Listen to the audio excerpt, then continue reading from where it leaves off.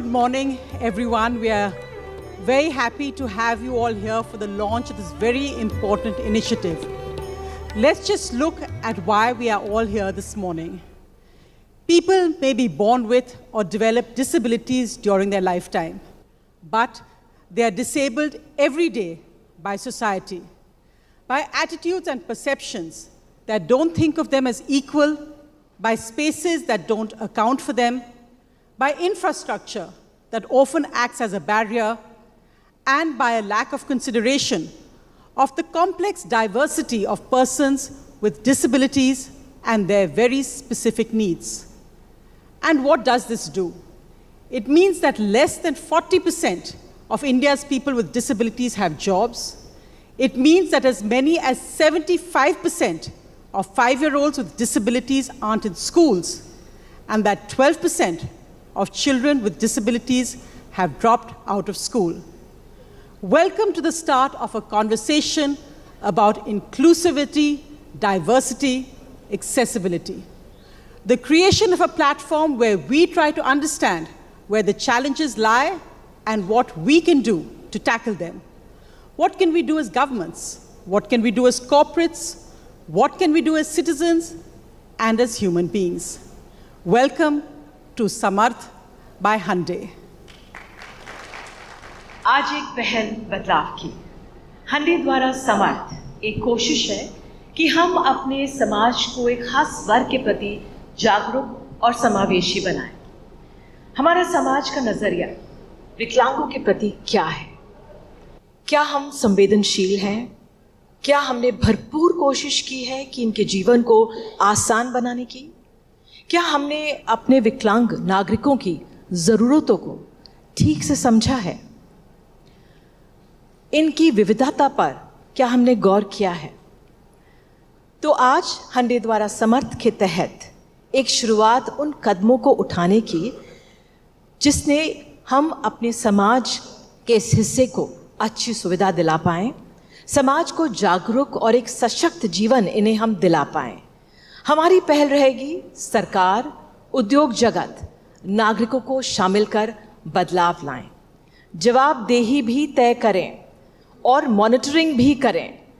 सबसे अहम यह है कि इस विषय पर संवाद, मंथन, चर्चा बनाए रखें। How much of India's landscape has been designed with the needs of the disabled in mind? For people with disabilities, negotiating everyday life, something we take completely for granted, brings a daily set of challenges that in many cases we are not even aware of or sensitive to.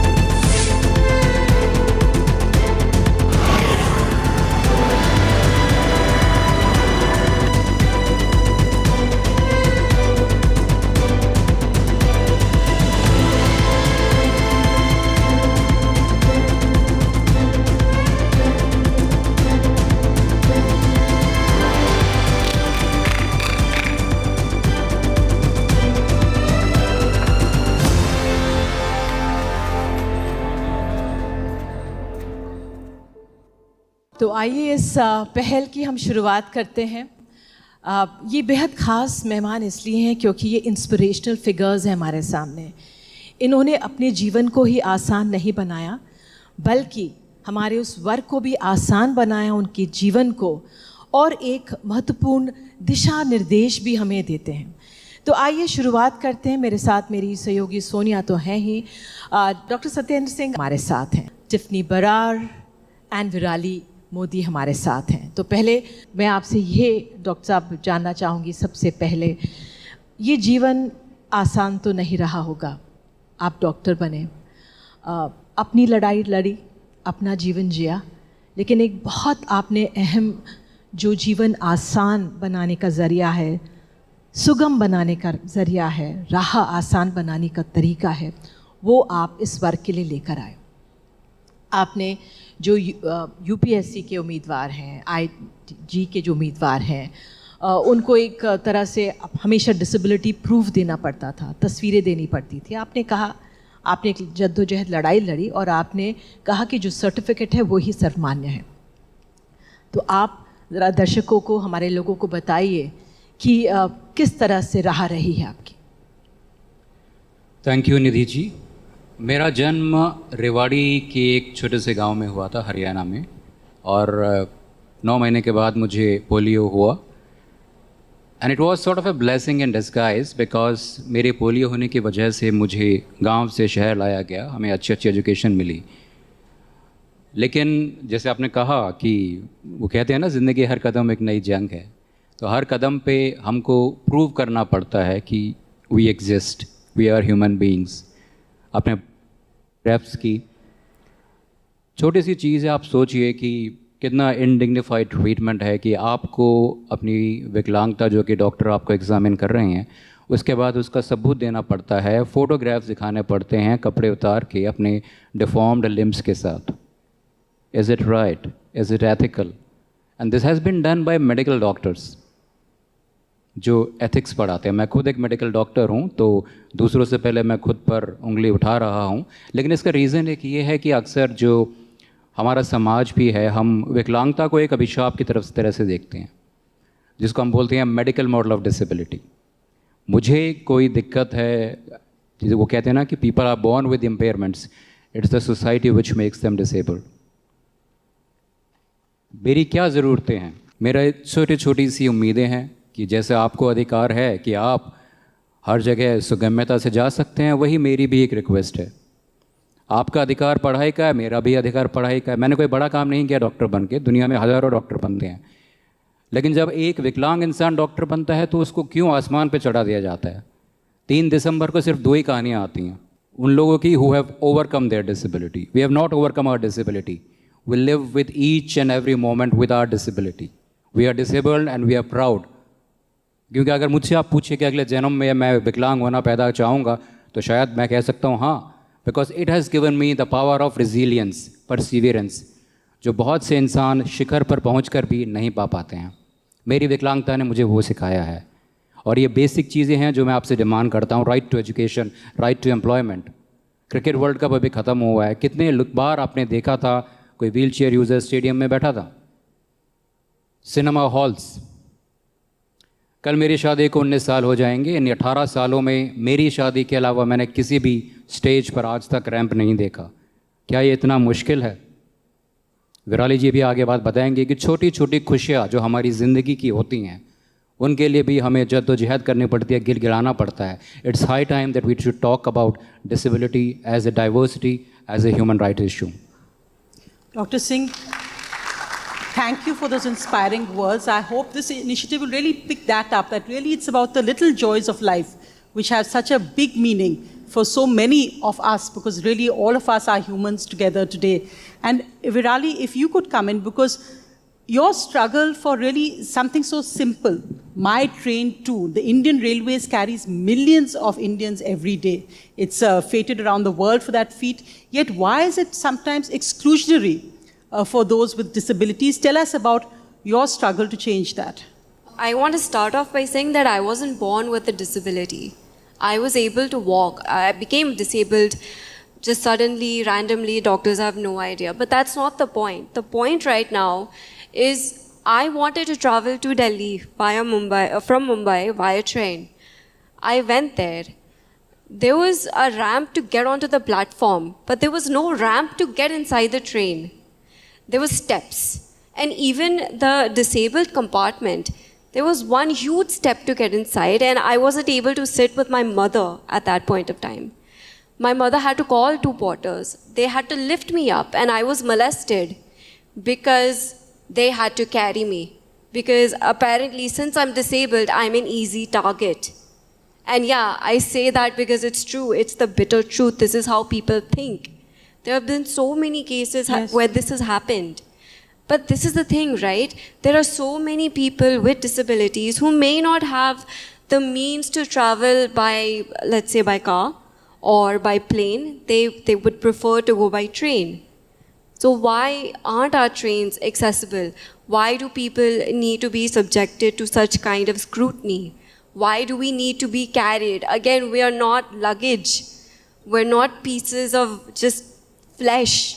We're human beings. We have our dignity. We have our integrity. बिल्कुल आपने सही कहा, सहानुभूति भी दिखाते हैं लोग, लेकिन संवेदनशील होने की बहुत ज़रूरत है। ये अपने आप में अहम है। मेरा सवाल टिफ़नी से ये है, टिफ़नी, कि आपने स्पेशल एजुकेशन में बीएड किया है और एक मोबाइल स्कूल भी शुरू किया जो लोग देख नहीं सकते। आपकी खुद की जर्नी भी बहुत इंस्पिरेशनल रही है। Please tell us something about your journey. Well, I was born to a North Indian military family. और जब मैं पैदा हुई थी तब मेरे फैमिली को एक बहुत बड़ा शॉक मिला, क्योंकि मुझे ओवरडोज ऑफ ऑक्सीजन के कारण मेरी आईसाइट चली गई और मुझे बाहर लेके गए थे ऑपरेशंस के लिए, but to no avail. So I feel that I became blind for a reason, because if I was not blind, I would not be sitting here today. I would be minding my own business and doing some other work in a field which would not be rewarding or which would not give me a calling to serve others or help others. क्योंकि जब तक हमें पता नहीं चलता है कि औरों का दुख कैसे होता है, या जब तक हमारे फैमिली में किसी मेंबर को डिसेबिलिटी नहीं होती है या समस्या नहीं आता है, तब तक हमें कुछ मतलब ही नहीं है सोशल गुड से. हम सोचते हैं अच्छा हमारी ज़िंदगी तो अच्छी चल रही है. For instance I had heard that because one of the very eminent people from Microsoft had a relative with disability. Therefore, everything in Microsoft has now been made completely accessible, because he or she could understand how painful it is for a person with disability to access the various applications in Microsoft. So वैसे ही मैं बस अपने journey के ऊपर एक छोटा सा दिशा देना चाहती हूँ आप लोगों को. I started my primary education in Britain. मेरे फादर की फॉरेन पोस्टिंग थी एंड वहाँ सब इंक्लूसिव था, सब एक्सेसिबल थी. मुझे शुरुआत में ही एक सपोर्ट असिस्टेंट सिर्फ मुझे पढ़ाने के लिए मिला था और उन्होंने मुझे टच और फील से पढ़ाया था. Learning by doing. Braille machine मुझे मिली थी. लेकिन जब हम वापस इंडिया आए मेरे 2nd स्टैंडर्ड में, तब ब्लाइंड स्कूल में स्लेट और स्टाइलस के सहारे से लिखना पड़ा, नीचे बैठना पड़ा, खाने के लिए हमें काफ़ी दूर तक जाना पड़ता था और वाइट केन इस्तेमाल करने के लिए किसी ने हमें सिखाया नहीं था. तो हम कैटरपिलर्स जैसे शोल्डर पे हाथ रख के आगे पीछे ऐसे लाइन में जाते थे. और फिर मेरी ज़िंदगी की एक टर्निंग पॉइंट जब आई, तब जब मैं inclusive school, I wouldn't say inclusive school but a school which could not handle disabled children, ऐसे एक स्कूल में गई और एक्चुअली टीचर ने एक क्वेश्चन पूछा, what is the capital of India. तो मेरे क्लासमेट ने बोला Kolkata, without thinking, and I stood up and I said, hey, it's New Delhi. तो मेरे टीचर ने कहा shut up because you're blind, get out of my class, you have made your classmate give the wrong answer so that you could make an impression and give the right answer. तो अगर मैं blind हूँ तो इसका मतलब ये है कि मैं सही जवाब नहीं दे सकती हूँ. तब मेरे दिल में 9 साल की उम्र में आया कि मैं अपने ब्लाइंड सोसाइटी में एक परिवर्तन लेकर आना चाहती हूँ कि कोई भी ब्लाइंड बच्चा ऐसे बैक बेंच में ना बैठे, कोई भी ब्लाइंड बच्चा ऐसे प्लास्टिसिन से ना खेले, कोई भी ब्लाइंड बच्चे को क्लास में जवाब देने से टीचर्स ना रुकाए और उनको पढ़ाने के लिए सही सलामत जान सके. तब मैं बड़ी हुई and then I worked I did my degree and then I did my B.Ed in special education. I worked in an organization called Braille Without Borders. एक international organization है जिसकी founders भी blind हैं और उन्होंने social entrepreneurship सिखाने का मकसद है उनका. तो वहाँ मैंने 8 साल काम किया और फिर मैंने मोबाइल स्कूल स्टार्ट किया जहाँ कि हम ब्लाइंड लोगों के घरों में जाते थे through very inaccessible pathways, through very inaccessible roads जहाँ कि ब्लाइंड लोग खुद भी चल नहीं सकते, उनके घर ऐसे रूरल एरियाज में थे. और हमने आपकी इस यात्रा से बहुत अनुभव मिलेगा और दिशा मिलेगी हमारी इस पहल को. डॉक्टर सत्येंद्र सिंह, आपसे ये क्या सुझाव आप देना चाहेंगे तत्काल रूप से जिन पर अमल किया जा सकता है, जिन पर वाकई सरकारें, कॉरपोरेट्स, हम नागरिक ध्यान दे सकते हैं? महाराष्ट्र के एक बड़े ही प्रसिद्ध भील आदिवासी समाज सुधारक हैं जो कविताएं लिखते हैं. उनकी एक छोटी सी कविता है जो सुझाव की तरफ जाएगी, जिसका मैं अंग्रेज़ी अनुवाद कर रहा हूँ. We did not go on to the stage, neither were we called, we were shown our places, told to sit, but they sitting on the stage went on telling us of our sorrows. Our sorrows remained ours, they never became theirs. Waharu Sonavane from Maharashtra. एक छोटा सा सुझाव जो है कि जितने भी VVIPs हैं, चीफ गेस्ट्स हैं, अगर वो किसी भी फंक्शन में जा रहे हैं, so they should make it a priority to use only the ramped access, because then it will show them the blind spots जो बाकी लोगों को नहीं दिखते. नहीं तो लोग आएंगे, फीता काटेंगे, वो स्टेज पर बैठेंगे, हमारी बातें करेंगे और उन्हें लगेगा कि सब कुछ बढ़िया है. सब कुछ बढ़िया नहीं है. दूसरी बात, नथिंग अबाउट अस विदाउट अस. ये डिसेबिलिटी राइट्स मूवमेंट का मंत्र है. जब पॉलिसीज़ बनती हैं इन द आइवरी टावर, जब मिनिस्टर्स बनाते हैं, they need to involve people with disabilities. अभी भी हमारा ध्यान सिर्फ 3 मेजर विकलांगताओं के ऊपर है: locomotor disability, deafness and blindness. We are now talking about 21 disabilities. What about deaf blindness? What about neurodivergent people, neuroatypical people? What about people with invisible disabilities, people with psychosocial disabilities? When you make policies, you involve them in decision making. So these are the 2 small steps which I would propose which can perhaps bring change and an inclusive society. Virali, I wanted to bring in that aspect. Dr. Singh spoke so eloquently of the need of change of policy and the thinking of a government, but what about the social change? The social movement needed. The point you made very eloquently, that don't treat us like pieces of luggage or flesh. We are human beings and we have sensitivities too. What are the 3 simple things you feel that people sitting in this hall, people around you could actually change to make life more inclusive? First of all, I want everyone to understand this. Everyone sitting here, everyone watching this, you're all temporarily abled.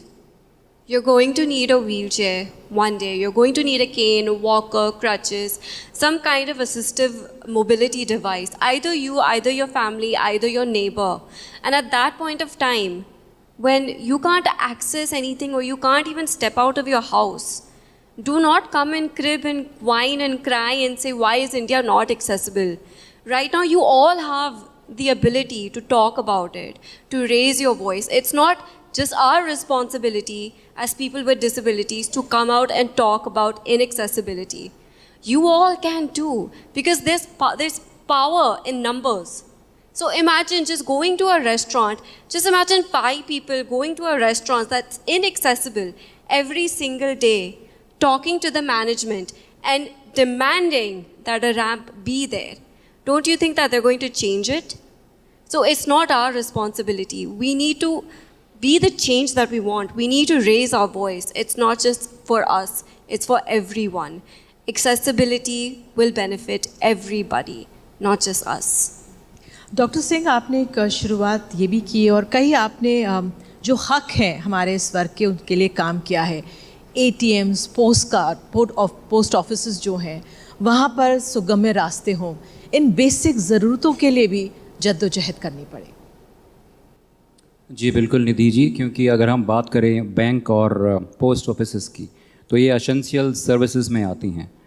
और मुझे बोला गया था कि first floor पर हैं तो हम आपके लिए लिफ्ट नहीं लगा सकते. 5 साल की जद्दोजहद मुझे लगी मेरे मेडिकल हॉस्पिटल के एटीएम और पोस्ट ऑफिस को सुगम्य बनाने के लिए। एक बड़े प्रीमियर इंस्टीट्यूशन जो भारत की राजधानी में है, जिनके पास पैसे की कोई कमी नहीं है, उनके वहाँ लाइब्रेरी में लिफ्ट लगाने के लिए मुझे 7 साल लगे। तो बहुत लंबी लंबी लड़ाइयाँ हैं जिसके लिए हमें काम करना पड़ता है। 2 चीज़ जो इम्पोर्टेंट हैं, टॉप डाउन अप्रोच और bottom up approach. Top down approach में we need the support of the government when they make these policies to involve us. The second important thing is again we, जो हमारा समाज है विकलांगता समाज, जिसमें जो लोग विकलांगता के साथ पैदा होते हैं, और एक काफ़ी बड़ा तकबा है जो कि डिसेबिलिटी को एक्वायर करता है। भारत डायबिटीज़ की राजधानी है, रोड ट्रैफिक एक्सीडेंट्स होते हैं, chronic illnesses, they all lead to disability. So we need to think that this is a very larger sector who will acquire disability. इसलिए जब हम बात करते हैं एक्सेसिबिलिटी की, तो it is not only related to people with disabilities. Dr. Singh, I'm just going to bring in on those points you made. Aditi Tatkare has joined us again, the Women and Child Development Minister of Maharashtra. Ms. Tatkare, we've been talking to 3 prominent disability advocates who are saying that we need our voices heard when policies are made. Now, Maharashtra is the first state to have a dedicated ministry for the disabled. How has that actually helped, and what change has that brought in the lives of those who need it? Firstly, I thank the channel for bringing in this such an important discussion and having prominent people who have been working for the disabled and specifically for them from last so many years. I personally feel their suggestions and their support is important for any state government or be it central government for that matter, who which emphasizes on giving importance and bringing this disabled the people and giving them equal importance compared to the other departments as well.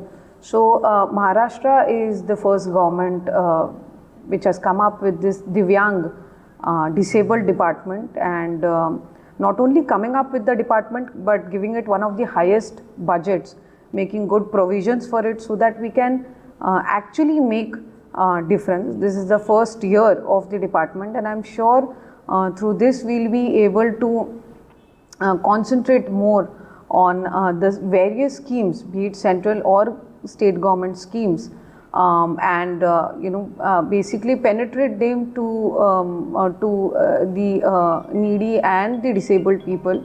There are so many government schemes which are actually available for disabled that we need to actually promote them and make them reach this sector, this section, so that they can benefit from these various schemes.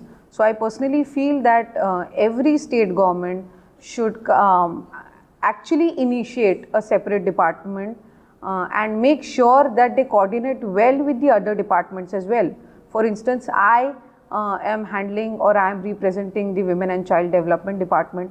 We have a section, we have few basically not completely, but we are connected to the disabled section as well in terms of women. When we come up with programs or when we come up with schemes, they are indirectly related to disabilities. Then there is a school and education development department, which is again indirectly connected to them as well. So basically what we need to do and what we are trying to do from this different department that's been created is connect with the various departments which are indirectly linked to this section that is disabled. Aditi ji, आपकी सरकार ने door to door survey भी कराया जिससे कि जो तमाम schemes हैं सरकार की उनको इम्प्लीमेंट किया जा सके, जो अपना विकलांग वर्ग है किस तरह से मददगार साबित हुआ है, कुछ जानकारी साझा करना चाहें तो। एक तो ये सर्वे काफ़ी इम्पोर्टेंट रहता है क्योंकि अगर हम उनके पास सेंट्रल गवर्नमेंट या स्टेट गवर्नमेंट्स की स्कीम्स पहुंचाना चाहते हैं, अगर लाभार्थी की संख्या, बेनिफिशरीज़ की संख्या अगर हमें बढ़ानी हो या एक्चुअल जो बेनिफिशरीज़ है उनकी तरफ पहुंचना हो, तो ये सर्वे काफ़ी इम्पॉर्टेंट है। मैंने ज़िला परिषद की प्रेसिडेंट भी मैं रही हूँ, मैंने ज़िला परिषद की प्रेसिडेंट भी उस वक्त भी मुझे याद है कि डिस्ट्रिक्ट वाइज भी हम ये सर्वेस करते थे, तो हमारे पास एक आंकड़ा फिक्स रहता था कि कितने विकलांग या कितने डिसेबल्ड लोग हैं ज़िले में जिनके पास ये स्कीम्स पहुंचनी चाहिए, जिनके पास ये योजनाओं की हमें उनकी तरफ जानकारी देनी चाहिए और उनको बेनिफिट देना चाहिए। तो ये सर्वेस काफ़ी इम्पोर्टेंट रहते हैं। एक तो ग्राउंड लेवल लाभार्थी की संख्या बढ़ाने में वो एक है, और दूसरी बात जब हम एक सेपरेट डिपार्टमेंट बनाते हैं तो ओवरऑल उनके कितने बेनिफिशरी स्टेट में रहेंगे उसके लिए ये सर्वेस काफ़ी महत्वपूर्ण है। तभी हम उसका बजट, उसके वेरियस स्कीम्स या the basic intention of forming the department is benefiting them. So once we have the survey in hand, only then we can actually reach out the needy and the actual beneficiaries. So I feel it is very important to have that number, exact number or the approximate number of beneficiaries for any scheme for that matter. So I think this is one of the primary stages and the most important stages of having survey and having the number of beneficiaries. Aditi ji बहुत बहुत धन्यवाद कि आपने ये इस ओर कदम बढ़ाया, क्योंकि बहुत महत्वपूर्ण मंत्रालय है और जिस तरह से महाराष्ट्र में ये पहला मंत्रालय इस तरह से बनाया गया है। बहुत बहुत धन्यवाद जुड़ने के लिए। उम्मीद करते हैं आपकी जो योजनाएं हैं ज़मीन पर लागू होंगी जल्दी। Tiffany, we just heard the minister there, the Minister of Women and Child, and she made the point that there needs to be very close coordination with the Ministry for Disabled or that department for every government department. Do you think, especially for women and child, and it's so important as you talked about your own experiences, to sensitize government officials, policy makers to what children with disabilities go through? What would you like to say, respond to what she said, and what would you suggest are 3 things that you could do really from childhood for people who suffer from these disabilities, for children who suffer from disabilities? Well, all organizations talk about early intervention, but this early intervention should be done in a very proper manner, especially in the schools. Now, when we have resource teachers, जब हम resource teachers के बारे में कहते हैं तो हम कहते हैं कि सारे गवर्नमेंट स्कूलों में resource teachers का प्रबंध किया गया है, लेकिन these resource teachers, are they specialized in the disability that is required? Like, I am studying in a school, if I'm studying in DPS Arkepuram, suppose, and the resource teacher appointed in that school is specialized in hearing impairment or in autism spectrum disorder or in mental retardation, how will that help me? So there should be resource teachers allocated by the government according to the children's needs in that particular school. तो ये नहीं हो रहा है, cluster model हो रहा है, जहाँ की एक resource room होता है बच्चों के लिए, उन्हें सिर्फ engaged कराया जाता है और एक रिसोर्स टीचर होती है, वो थोड़ा बहुत लेसन्स वगैरह सिखाती है, लेकिन उनका वो जो ट्रेनिंग है वो स्पेशलाइज नहीं है, तो इसलिए बहुत सारे डिसेबल बच्चे उसका फ़ायदा नहीं उठा पा रहे हैं. That is one.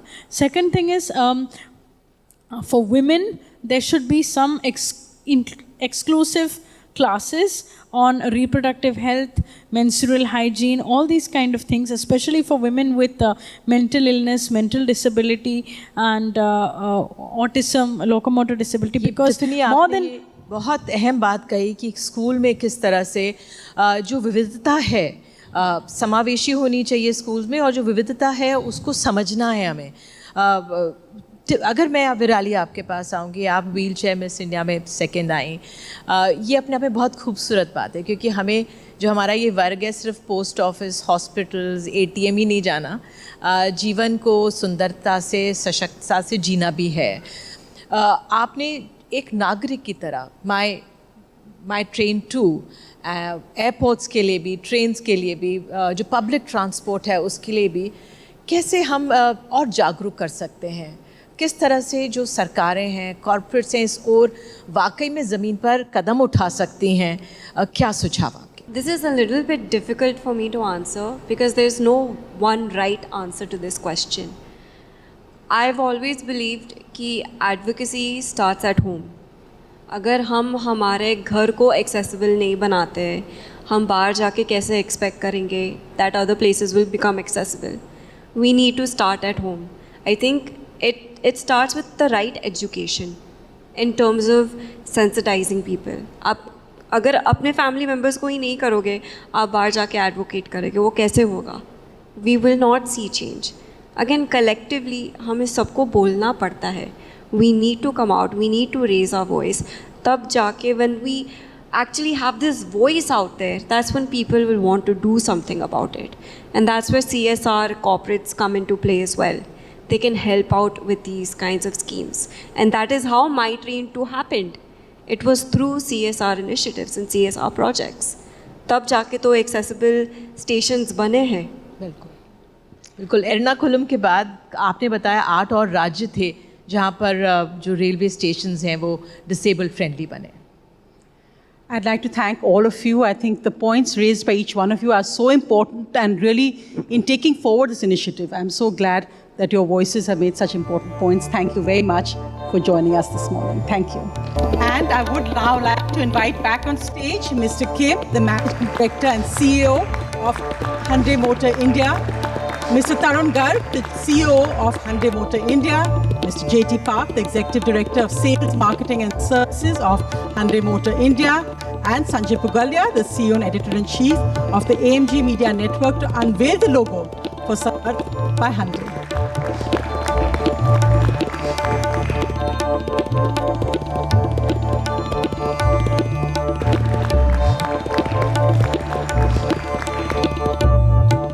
Thank you all so much. How wonderful it is to see that logo of what's going to be such a meaningful initiative. Thank you all very much. And we just take a very quick break at this point of the conversation. There's lots more ahead to come.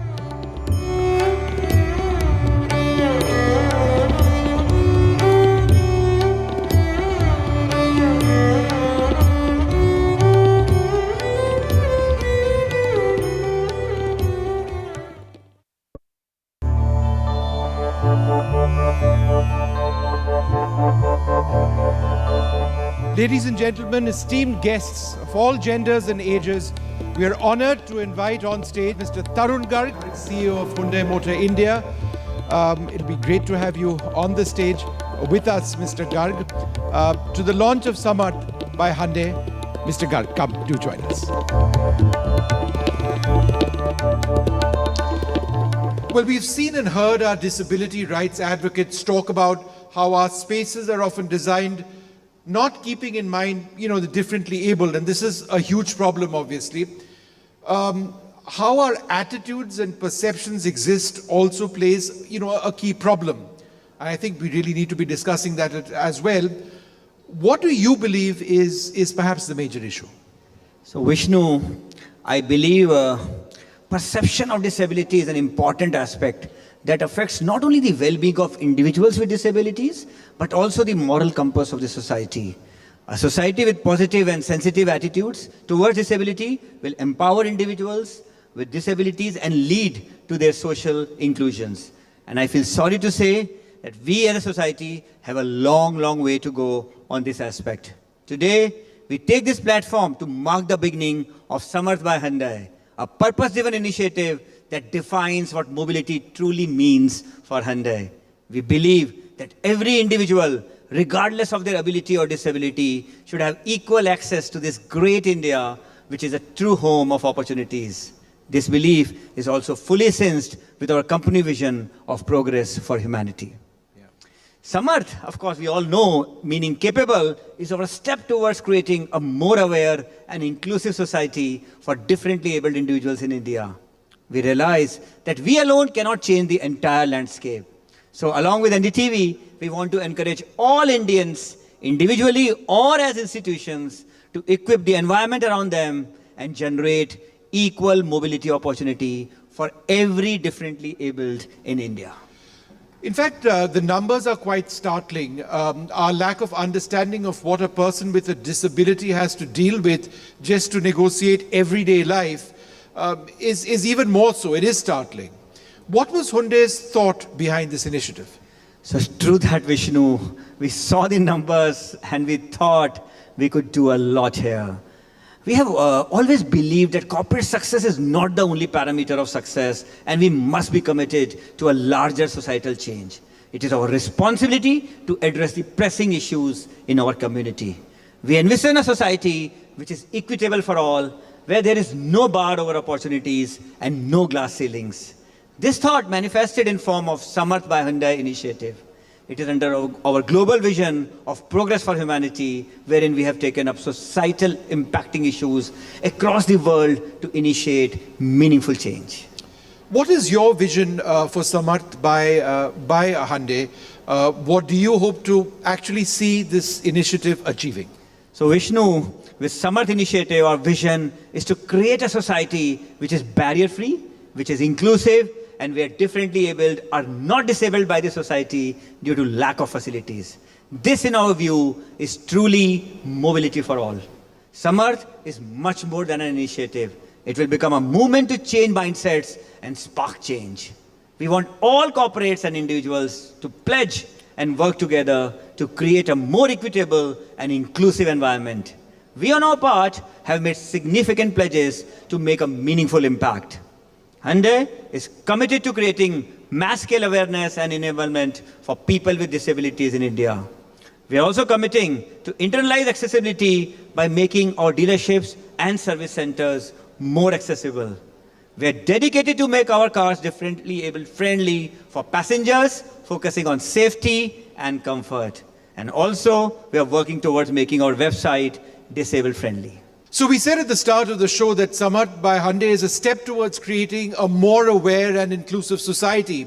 While we talk about accessible physical spaces, we also need to change our own attitudes and perceptions, many of which can often be even bigger barriers than physical ones. And we thought we'd do something quite special for larger societal change. We have to begin by changing our mindsets. That's what we are all asking for you to join us in doing today. Everybody over here, members of all genders and ages, on the tables in front of you are the Samarth by Hyundai Solidarity Badges. We invite you to please pick up one of these and put it on as a sign of your support for equal rights, equal opportunities, equal access, and equal capabilities of those with disabilities.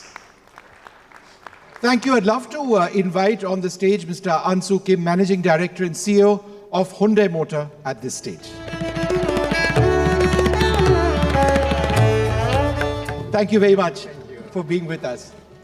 Well, now this initiative by Hyundai has had wonderful support, in fact, very able support in the form of two partners, Hyundai Motor India Foundation, which is the CSR arm of Hyundai Motor India.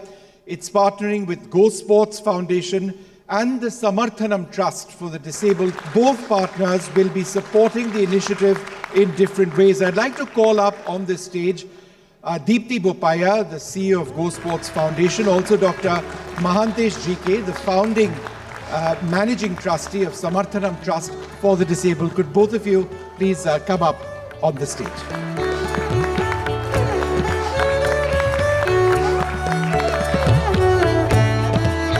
I just request you, Mr. Kim, to just share this memento and hand over this flag.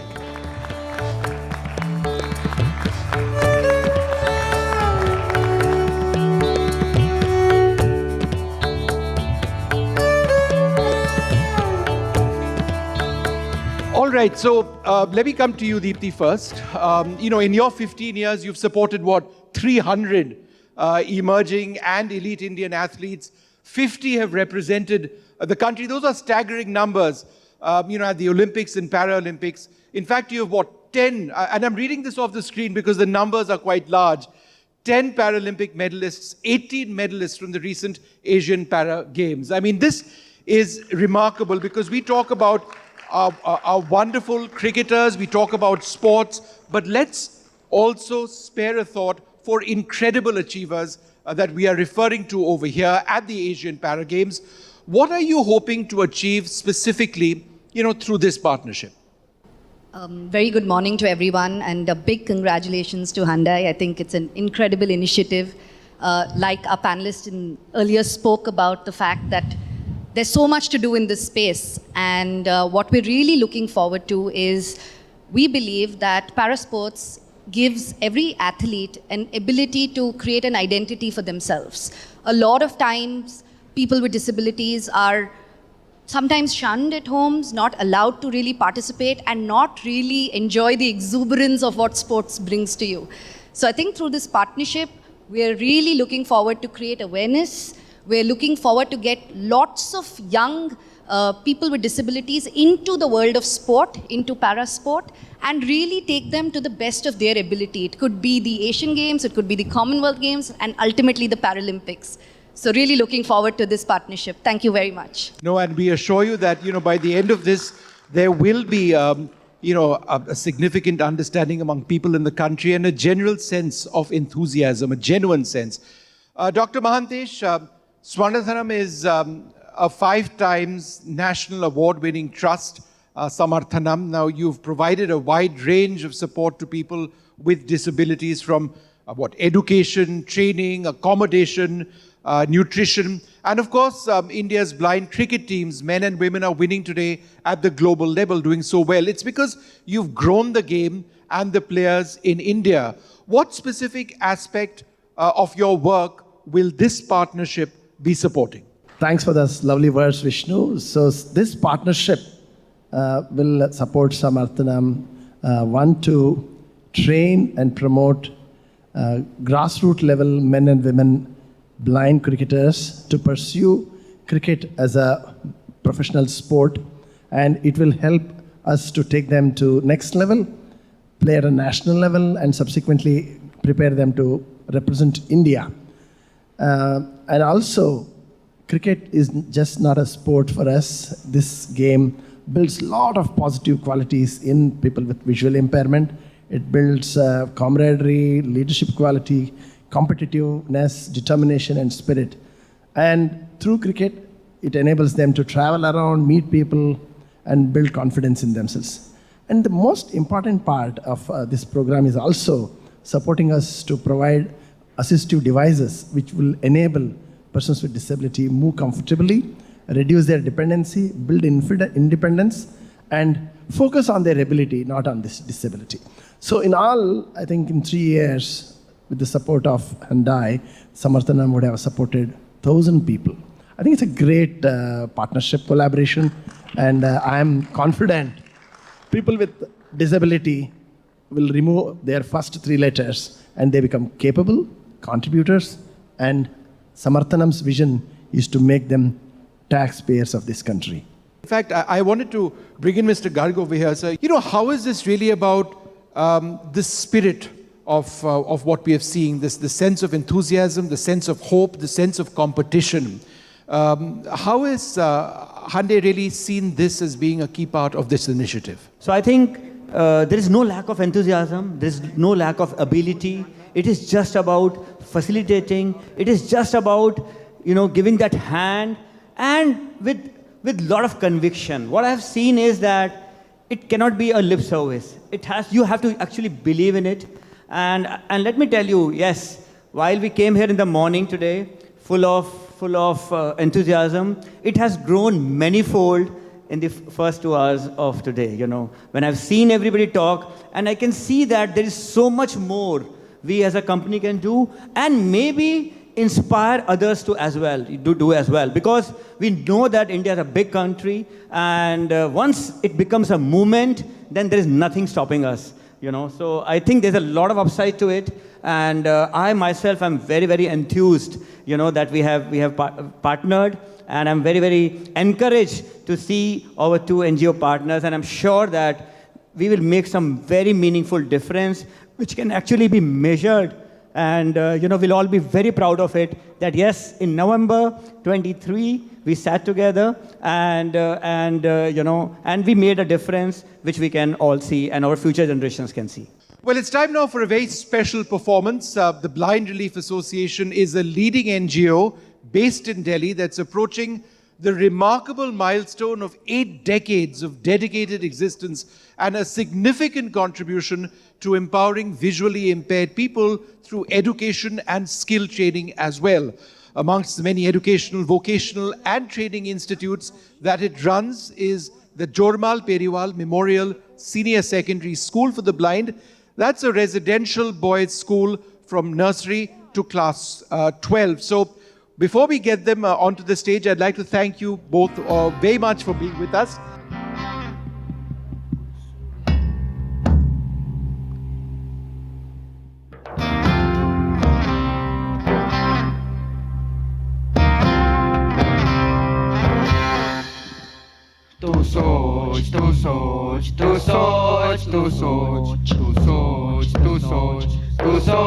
Tu soch.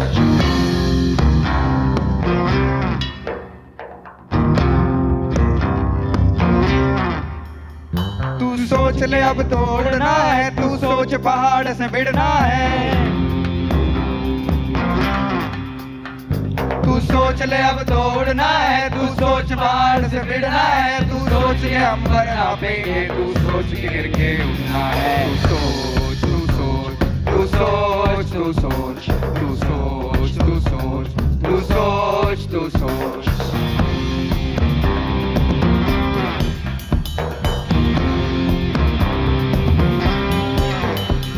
तू जैसा जैसा सोचेगा हम वैसा मंजर कर देंगे। ओ, ओ, तू जैसा जैसा सोचेगा हम वैसा मंजर कर देंगे। तेरे जज्बे की शान में हम दुनिया सुंदर कर देंगे। तेरे जज्बे की शान में हम दुनिया सुंदर कर देंगे। मंजिल तेरी साथ हमारा, मंजिल तेरी साथ हमारा। जीत ले हाँ जीत ले, हाँ जीत ले दुनिया यारा। जीत ले हाँ जीत ले, हाँ जीत ले दुनिया यारा। ओ, ओ, ओ,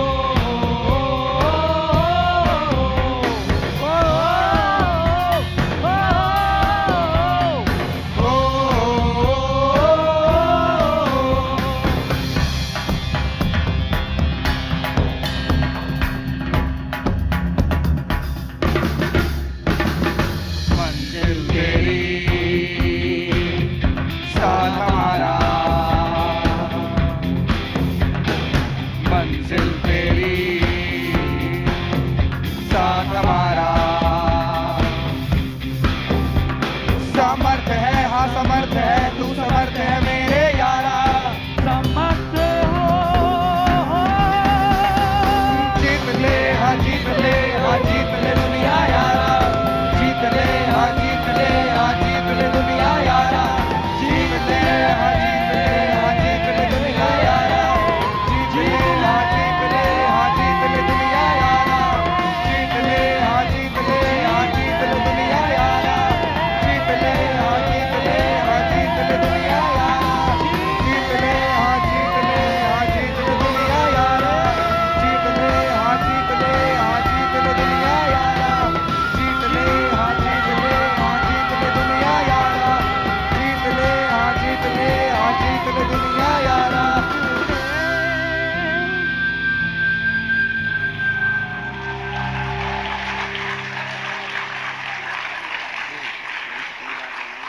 Hello everybody, I'm Gargi Rawat and I have a very accomplished co-anchor here with me today, Syamdev Mukherjee, who likes to go by Den. But Den, before we get started, I'd like to talk to these young men who sang so well just now. That was an amazing performance. It was very rousing, the anthem of Samarth by Hyundai, and if that very distinctive style hadn't already given it away, the lyricist for this anthem was Varun Grover, of course, and it has been composed by none other than Indian Ocean, one of my very favorite bands. बात करना चाहेंगे इस anthem के बारे में। आयुष, आपको ये गाना गा के कैसा लगा? इस गाने को गाकर बहुत अच्छा लगा। एक जोश सा भर देता है ये शरीर में और ये बहुत अच्छा सॉन्ग है। और आपको किस तरह का म्यूजिक पसंद है? मैम, मैं तो अपने मूड के ऊपर है हूँ कि जब जैसा म्यूजिक मतलब जैसा मूड हो वैसा म्यूजिक सुनता हूँ। बाकी सैड सॉन्ग्स बहुत बढ़िया लगते हैं मेरे को सुनने। अच्छा, तो आप में से और भी कोई इसमें ऐड करना चाहेंगे म्यूजिक के बारे में? इसका क्या महत्व है आपके लिए, क्या इम्पोर्टेंस है? म्यूजिक हमारी लाइफ का एक बहुत इम्पोर्टेंट पार्ट होता है, आप सभी को मालूम होगा। जैसे कि आप वर्क करते हैं कहीं, तो आप वर्क करते करते थोड़ा बहुत चिल करने के लिए म्यूजिक सुनते हैं।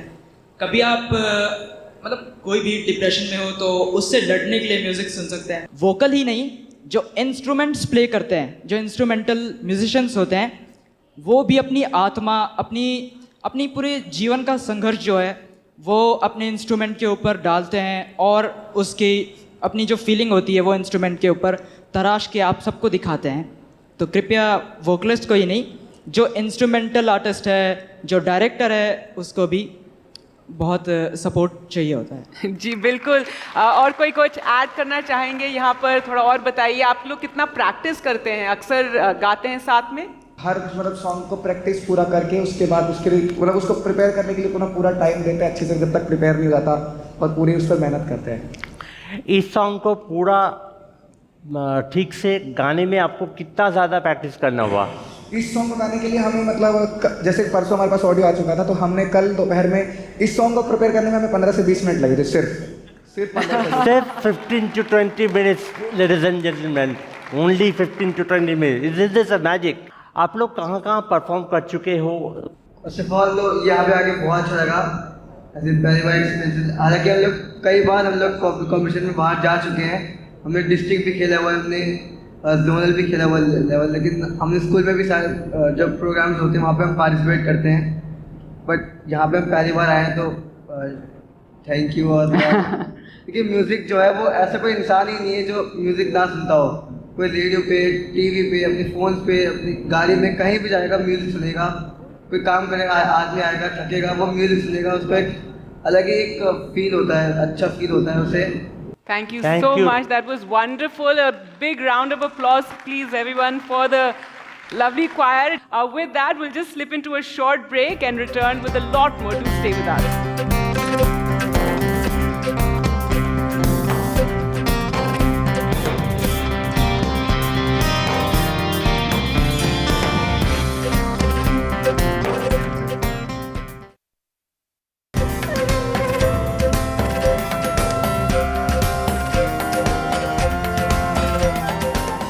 Welcome back. As I had introduced my co-anchor earlier today, I said he was one of my most accomplished co-anchors. So I'd like Den to, tell us a little bit about himself.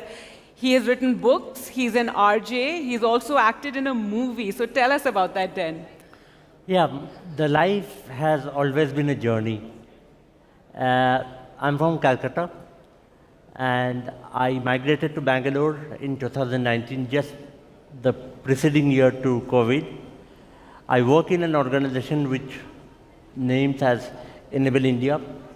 We work for economic independence for people with disability, and there I head innovation, because people with disabilities needs assistive solutions day in and day out. And to make the life simpler, easier, we try to identify solutions not only from the very high priceful tech companies or startups, but also from the grassroots. So that's the work in a nutshell that I do now. Gargi, as I was telling you, and about your other, roles that you've had in life, an RJ, the movie you were in, the film, and the books. Yes, so I've written 2 books actually. The first one was a collection of 40 short stories named as Memoirs of Time. And the second book that I wrote was named as 52 Steps. 52 is a very key number for media. And as a radio jockey, staying in the helm of the show for 52 weeks was very challenging for me, and I could do that. And that's why I named that book as 52 Steps. In there, I have written my radio experiences. The acting, yes, the One Little Finger had been a dream for me. Rupam Sharma, the director, has chosen me for lead character, and therefore I won an award also as a best actor. Wonderful. Now this initiative, Samarth by Hyundai, it's very, very important. We want to draw attention and to people with disabilities, how we need to make work and corporates more inclusive and including them in their in their plans. And you had to shift. Den is one of the few people who, or I mean, maybe only one I've heard of, who moved from his hometown to a different city, and this was mainly because of work. Yeah, this was because of livelihood, because just to give a small bit of information to all of us, that is, if Gargi, you need 100 rupees for your survival, daily survival, if people with 1 or 2 disabilities having them, they would need 111 rupees. And people with severe disabilities like me will need 124 rupees for survival. So I needed to earn that 24 rupees extra. And that's why I had to leave my city and switch to a new city when I was 39. And about your organization, if you could share, how have they made it more comfortable for you to work there? I have worked in several other organizations, including media, and I would say that Enable India is the most inclusive organization that I have ever worked in. The nooks of inclusion not only lies in people with visible disability, also it lies in understanding the needs of people with invisible disability, and that kind of discussion is just been initiated. And also there is a $13 trillion economy related to disability in the world, which is to be explored. And Enable India has coined the phrase of purple economy, though now United Nations has taken purple economy as something else, but quite a few years back, this purple economy was something that we coined, and purple economy has the potential of generating 100 million jobs, and it has a total value of $13 trillion. Wonderful. And we hear a lot of talk about developing to developed nation. India is striving to be a developed nation, and this is something we can't do without including everybody in that development. What has the government done recently that certain steps that you appreciate? Yeah. So some of us would say that glass is half empty. Some of us would say that glass is half filled. I am one of those who would always say that glass is half filled, because in the last 4 decades since I was born, I have seen India being transformed. So India has been transformed for betterment. Yes, change is an evolutionary process, and we cannot ask for change overnight. It has to be coming slowly. So primarily, the position of ignorance was there in 1990s.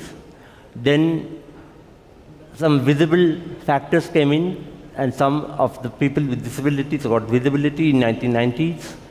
Then in the new millennium, we transformed into a new world where we thought of inclusion for the first time. Then UNCRPD happened. Then India was a signatory to UNCRPD. Due to that, India developed the law, draft law, yes, which was passed in 2016.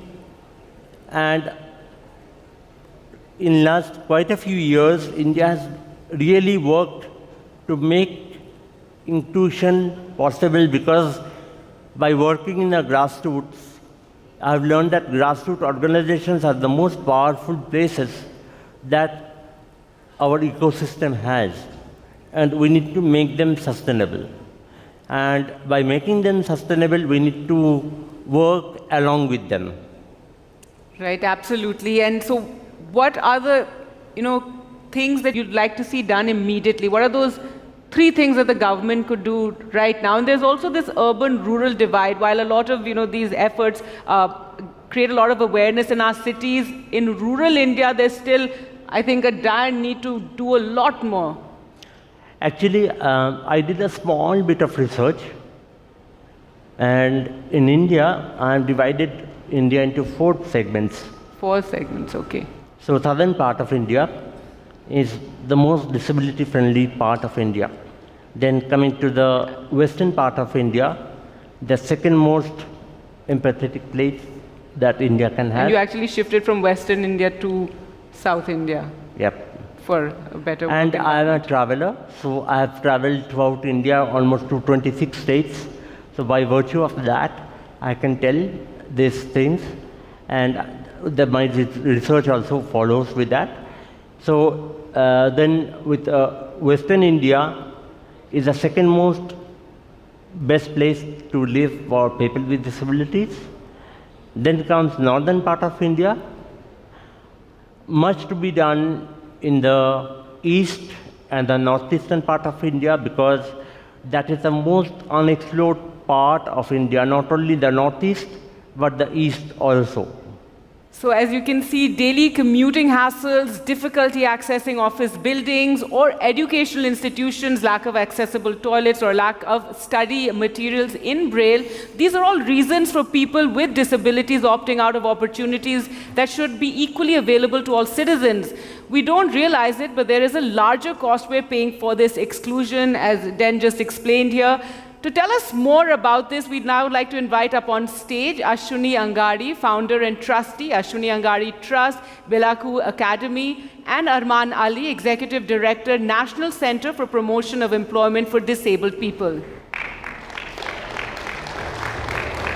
All right, so I think we can get started. As I said, Den is my co-anchor, so Den, I'd like you to begin this discussion. I'll just start with Arman.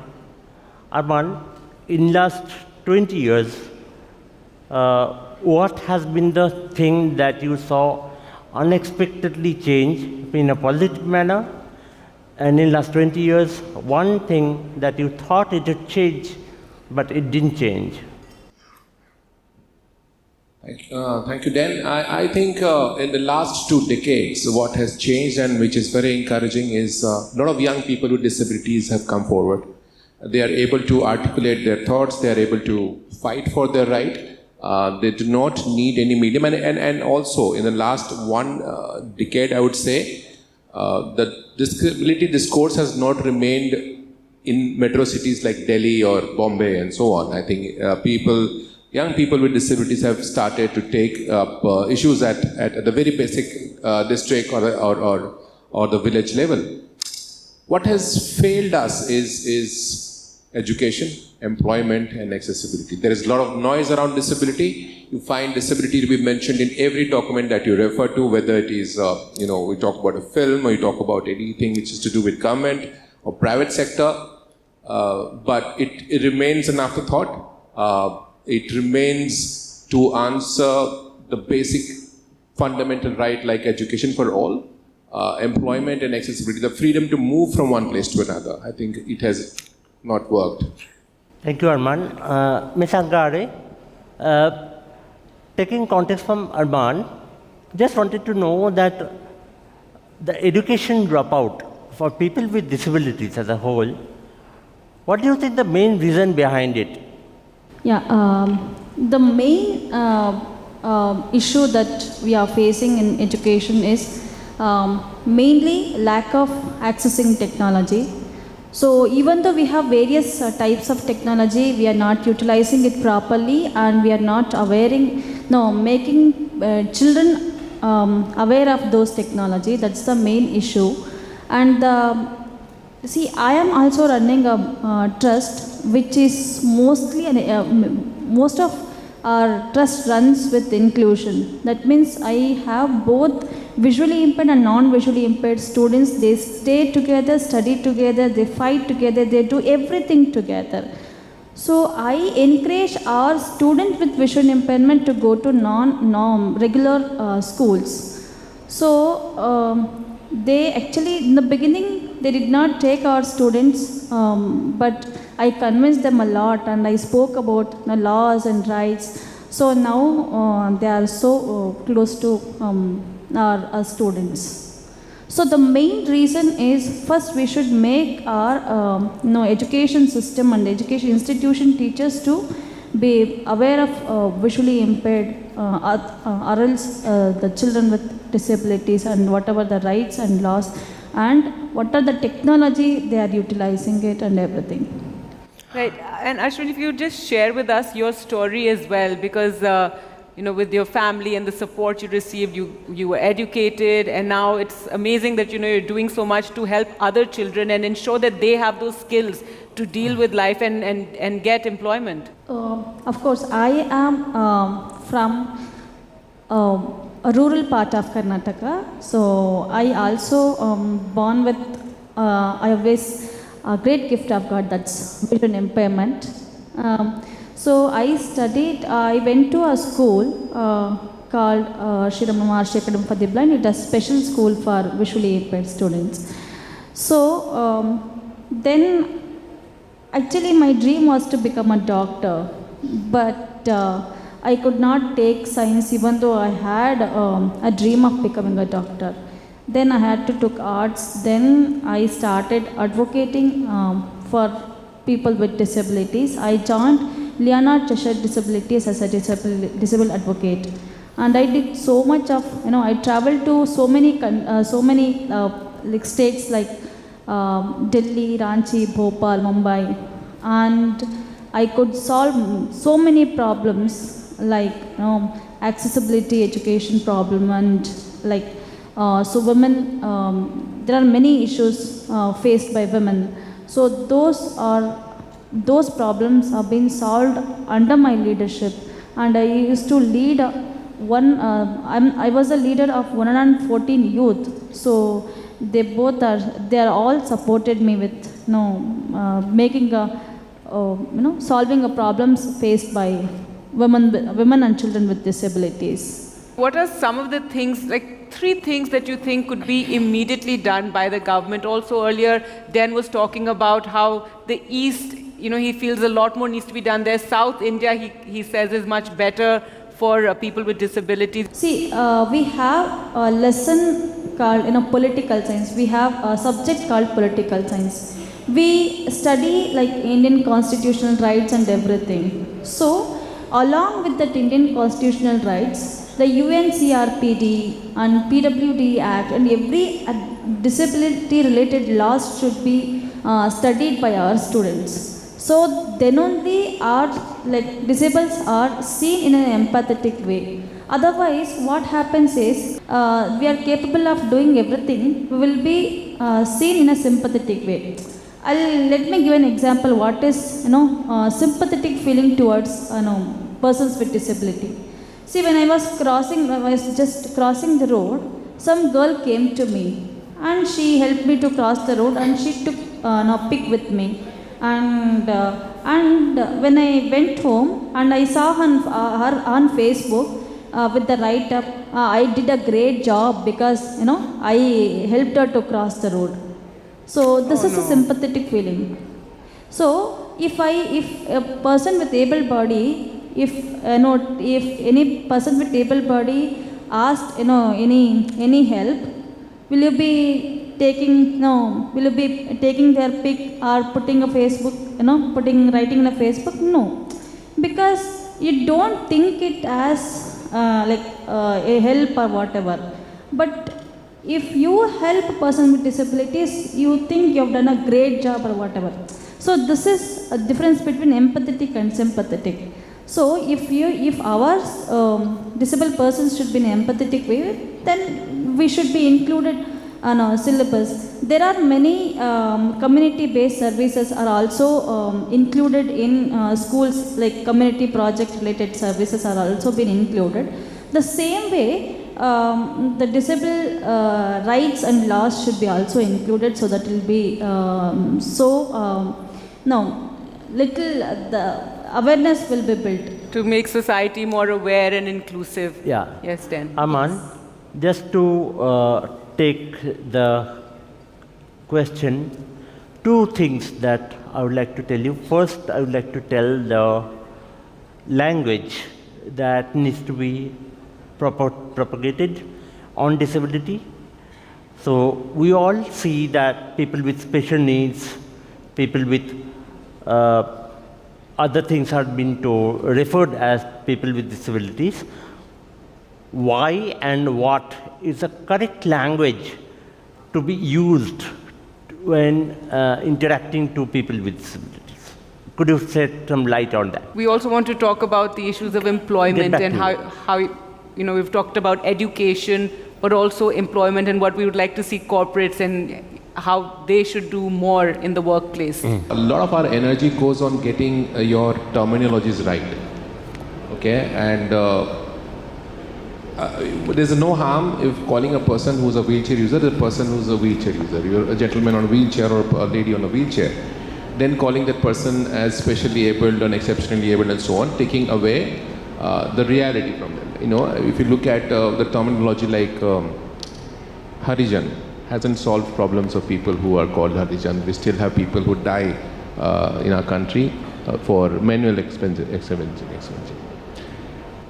Now the thing is that in last 75 years of independence of our country, have we ever seen one campaign which is talking about people with disability? One campaign which is talking about a lifespan approach on disability? You see the school chale hum, like the education for all, you see Swachh Bharat Abhiyan, you see Beti Bachao, Beti Padhao. These are all very important. You know, you saw campaigns on domestic violence, you saw campaigns on LGBTQ and so on. But AIDS, HIV AIDS, pollution, climate. But have we ever seen anything on disability?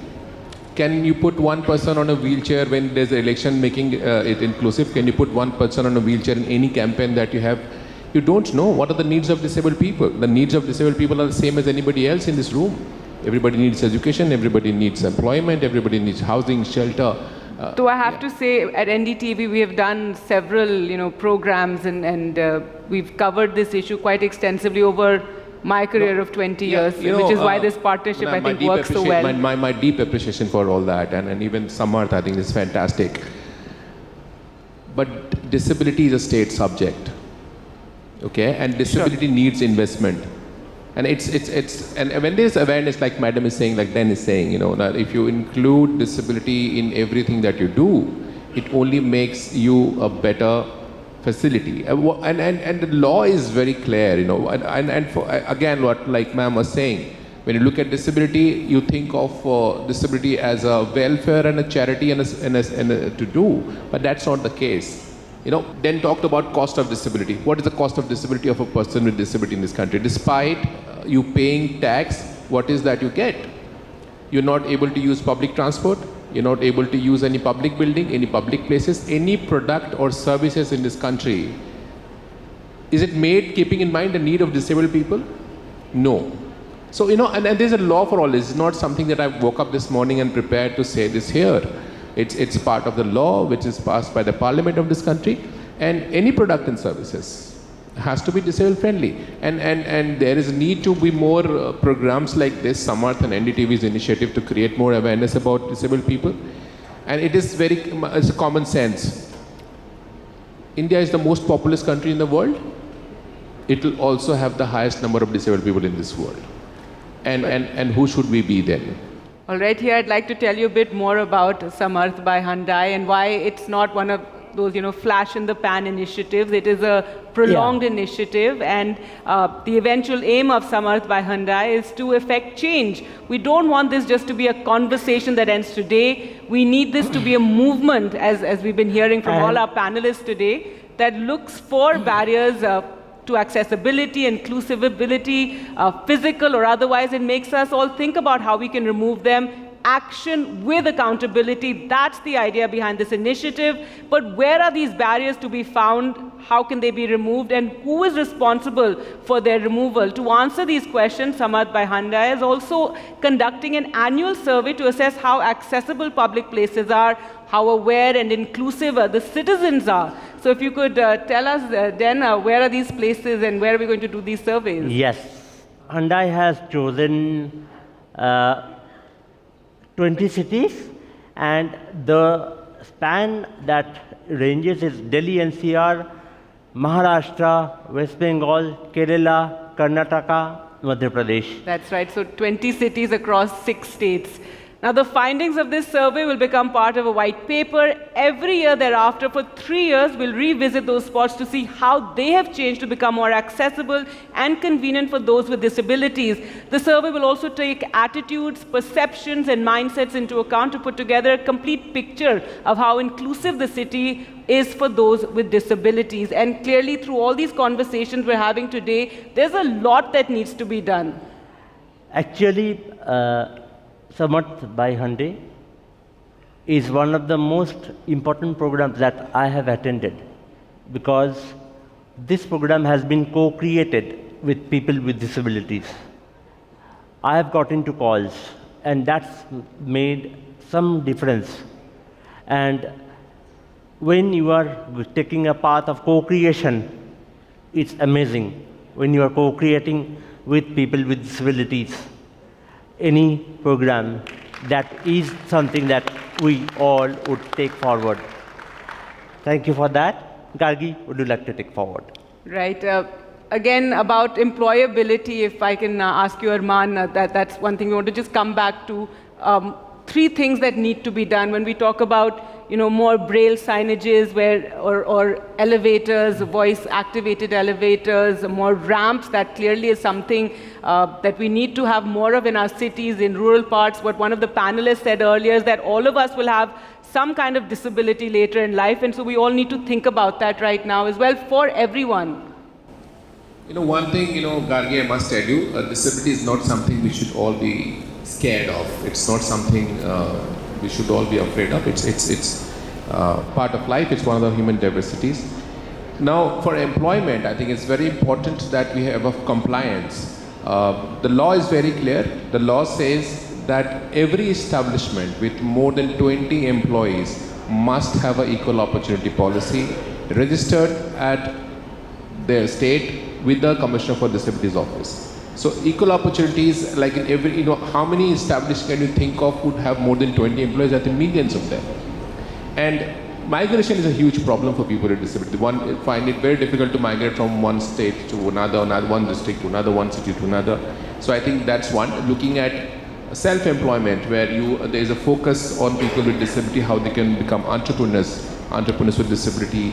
How can you create an ecosystem which supports that? Right. And I'm sorry to interrupt you. They were now also joined by UP's Deputy Chief Minister Brajesh Pathak. UP is, of course, one of India's largest states with the largest population, so a lot of work there. Thank you so much हमारे से जुड़ने के लिए इस मुहिम में. ब्रजेश पाठक जी, अगर आप बता सकते हैं जी, अगर आप बता सकते हैं उत्तर प्रदेश में क्या किया जा रहा है विकलांग के लिए. नमस्कार, बहुत बहुत आभार आपका. आपने बहुत ही महत्वपूर्ण सब्जेक्ट पर आज डिस्कशन रखा है. दिव्यांगजन हमारी सरकार के लिए प्राथमिकता की सूची में है. उनके लिए उच्च कोटि की चिकित्सा व्यवस्था उपलब्ध हो, उनको रहने खाने में उनके जीवन स्तर को आगे बढ़ाने के लिए सरकार लगातार काम कर रही है. उनके शिक्षा के लिए भी अच्छे इंतजाम किए जा रहे हैं. हमारे उत्तर प्रदेश में दिव्यांगजन विश्वविद्यालय सरकारी पहले से एक चल रहा है. इसके अलावा भी हाल ही में हमारे पास जगत गुरु श्री रामभद्राचार्य जी के नाम से जो चित्रकूट में एक विश्वविद्यालय केवल दिव्यांगजनों के लिए था, उसको भी सरकार ने अपने अधिपत्य में लेते हुए व्यवस्थित ढंग से उनको उच्च कोटि की शिक्षा देने के लिए 2 विश्वविद्यालय उत्तर प्रदेश सरकार संचालित करने का काम कर रही है. चिकित्सा व्यवस्था में उन्हें प्राथमिकता मिले, इसके लिए सभी चिकित्सालयों में उनके लिए अलग से काउंटर स्थापित किए गए हैं और उनको स्वास्थ्य लाभ मिलने में प्राथमिकता पर हमने रखा. यदि किसी भी चिकित्सालय में कोई दिव्यांगजन स्वास्थ्य लाभ के लिए जाता है, दवाई के लिए जाता है, तो उसे प्राथमिकता पर हम देखते हैं. इसके अलावा भर्ती की प्रक्रिया भी उनके लिए सरल की है. सभी अस्पतालों में हमने रैंप बनाए हैं जिसे व्हील चेयर के माध्यम से वो पहुंच सके. इसके अलावा समय समय पर हमारा दिव्यांगजन विभाग अभियान चला करके सभी ऐसे दिव्यांगजनों को जो उनके सहायतार्थ उपकरण हैं, चाहे उनको ट्राईसाइकिल देना हो, चाहे मोटराइज्ड साइकिल देना हो, चाहे उन्हें बैसाखी देना हो, सुनने के लिए अच्छी मशीन देना हो, या अन्य जो उपकरण हैं उनको लगातार, चाहे हमारे जो दिव्यांगजन हैं जिनको दृष्टि से दिखाई नहीं दे रहा है, दृष्टिविहीन है, उनके लिए स्टिक भी हम लोग प्रदान लगातार करते हैं. ये हमारी सरकार के प्राथमिकता के एजेंडे में है. और माननीय प्रधानमंत्री नरेंद्र मोदी जी ने सबसे बड़ी बात ये की कि पूरे विभाग के नाम को बदलने का काम किया। हम सब जानते हैं कि माननीय मोदी जी की सोच वहाँ तक है जहाँ तक कोई सोच नहीं सकता। पहले लोग इस विभाग को दूसरे नाम से जाता था, लोग इस प्रकार के नाम लेते थे विकलांग जैसे कोई अभिशाप हो, लेकिन माननीय प्रधानमंत्री जी ने दिव्यांग जन नाम दिया है। दिव्यांग जन का मतलब उनके पास विशेष रूप से कुछ ऐसा ईश्वर ने प्रदत्त किया है जो अन्य लोगों में नहीं है। तो इस प्रकार के वातावरण क्रिएट उत्तर प्रदेश सरकार ने किया है कि दिव्यांगजन सुव्यवस्थित ढंग से जिंदगी अपनी व्यतीत करें और उनको जीवन के हर पहलू में आगे बढ़ने का अवसर मिले। जी पाठक जी, समर्थ बाय Hyundai का जो इनिशिएटिव है, इसका आप आगे क्या देखते हैं? आप क्या चाहते हैं कि ये इनिशिएटिव करें? लगातार इस प्रकार के जो इनिशिएटिव हैं इनको हम स्वागत करते हैं और विभिन्न जो NGOs हैं, आपका चैनल भी लगातार, NDTV भी लगातार इस प्रकार के कार्यक्रम चलाता रहता है, चाहे स्वच्छ हवा हो, स्वच्छ पानी हो, अब दिव्यांगजनों की मुहिम लेकर के हम सब आए हैं। मैं ऐसे सभी कार्यक्रमों का स्वागत करता हूं और मैं इस बात का भरोसा NDTV के माध्यम से सभी लोगों को दिलाता हूं कि उत्तर प्रदेश में हर स्थिति में हम दिव्यांगजनों के जीवन स्तर को ऊपर उठाने के लिए काम करेंगे और उनके साथ कंधे से कंधा मिलाकर खड़े होंगे। जी, और एक्सेसिबिलिटी की बहुत बात हो रही थी यहाँ पर, काफ़ी हमारे जो पैनलिस्ट आए हैं वो बात कर रहे हैं कि उनको जो मूवमेंट में काफ़ी दिक्कतें होती हैं दिव्यांग लोगों के लिए। इसके बारे में आप उत्तर प्रदेश में क्या करेंगे? देखिए, दिव्यांगजनों को मूवमेंट में दिक्कत ना आए, इसके लिए सभी हमारे जो स्थानीय परिवहन की व्यवस्थाएं, चाहे सिटी बसेज हो, चाहे मेट्रो हो, उसमें रैंप बनाए गए हैं, लो फ्लोर की बसें चलाई गई हैं। सिटी बसेज में दिव्यांगजन अपनी ट्राईसाइकिल सहित यात्रा कर सके, उसके लिए भी बस के में प्रॉपर ढंग से रैंप बना करके चढ़ने की व्यवस्था है। इसके अलावा उनको मोटराइज साइकिल भी हम देते हैं। अब तो और भी अच्छा हो गया, पर्यावरण की दृष्टि से हम उन्हें सोलर साइकिल भी दे रहे हैं जो बैटरी चालित हैं, वो भी उन्हें प्रदान कर रहे हैं। और कहीं भी कोई अगर ऐसा हमारे जो NGOs हैं या आपके माध्यम से किसी प्लेटफॉर्म पर इस प्रकार की सूचना प्राप्त होती है कि दिव्यांगजनों को कहीं भी कोई आवश्यकता है, तो हमारी सरकार प्रतिबद्धता के साथ सभी के साथ खड़ी है। जी प्रजेश पाठक जी, हमसे बात करने के लिए बहुत बहुत शुक्रिया। बहुत बहुत आभार आपका, धन्यवाद। आपने अच्छे विषय पर हमें अपने साथ जोड़ा है, मैं इसके लिए आपका हृदय से आभार प्रकट करता हूँ। जी, thank you, and thank you so much to my panelists here, and thank you for joining us. We'll slip into a short break now.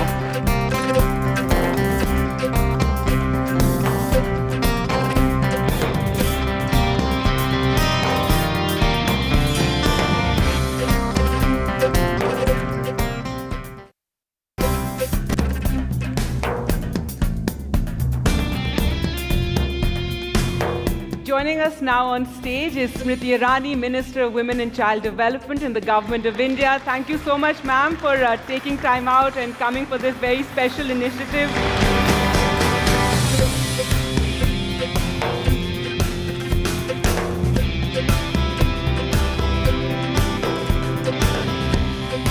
And this is Jen, my co-anchor for this session. We wanted to start by asking you about what is it that the government is doing currently. We were talking about employment opportunities for those with disabilities, from education to corporates to providing that actual employment. But what is the government doing to help skill people?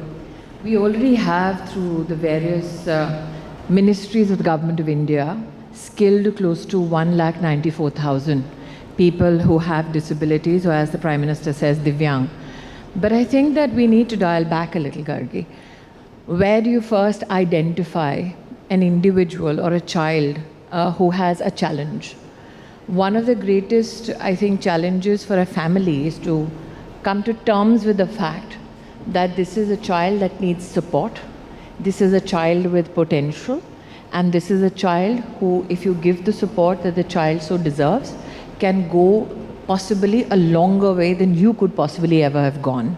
So I think, and I was just discussing with Sanjay ji, we in the Ministry of Women and Child Development, through close to 14 lakh Anganwadis, in the first week of December now, are launching one of the largest campaigns in the country, where children under the age of 6, in collaboration with chief medical officers, in collaboration with our colleagues in the Ministry of Social Justice, we will help identify children who are in need of that support children who are in need of identification if they have some kind of a challenge or if they have some kind of a disability. And these are children who are currently 7.5 crores in numbers within our Anganwadi systems already.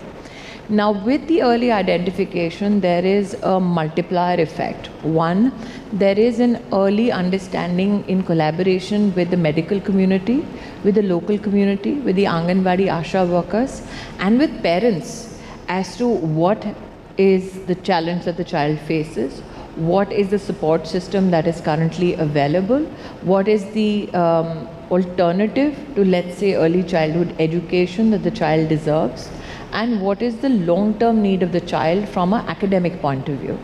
For instance, today, out of the 11 lakh plus government aided schools across the country, or government schools, already in terms of accessibility, there has been infrastructure provided to close to 8,33,000 schools, which means we will also help identify the nearest school for a community where a child with disability needs that additional support or can help gain access. It will also help us identify Anganwadi centers which need additional infrastructural support vis-a-vis children that have to be catered to with regards to disability. And I think that much has been spoken today with regards to I think it's wonderful that you're going through the Anganwadis, because earlier we were talking about, we hear a lot in urban India, but in rural India, there's a lot of need, and as you said, to identify children, to encourage teachers and parents as well. I think with identification also comes this whole social output, that this is not a child who has to face challenges alone. This is a child where communities need to come together in support of such a family. And I think that is what will help resonate. That is my belief when we begin this particular collaboration across all states. We've already onboarded all state governments.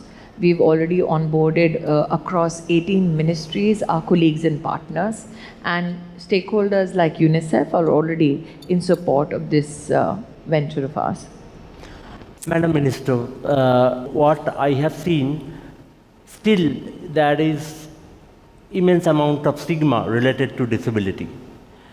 And in that part, to remove the stigma, what kind of awareness initiatives can be ideated or initiated from your department, ma'am?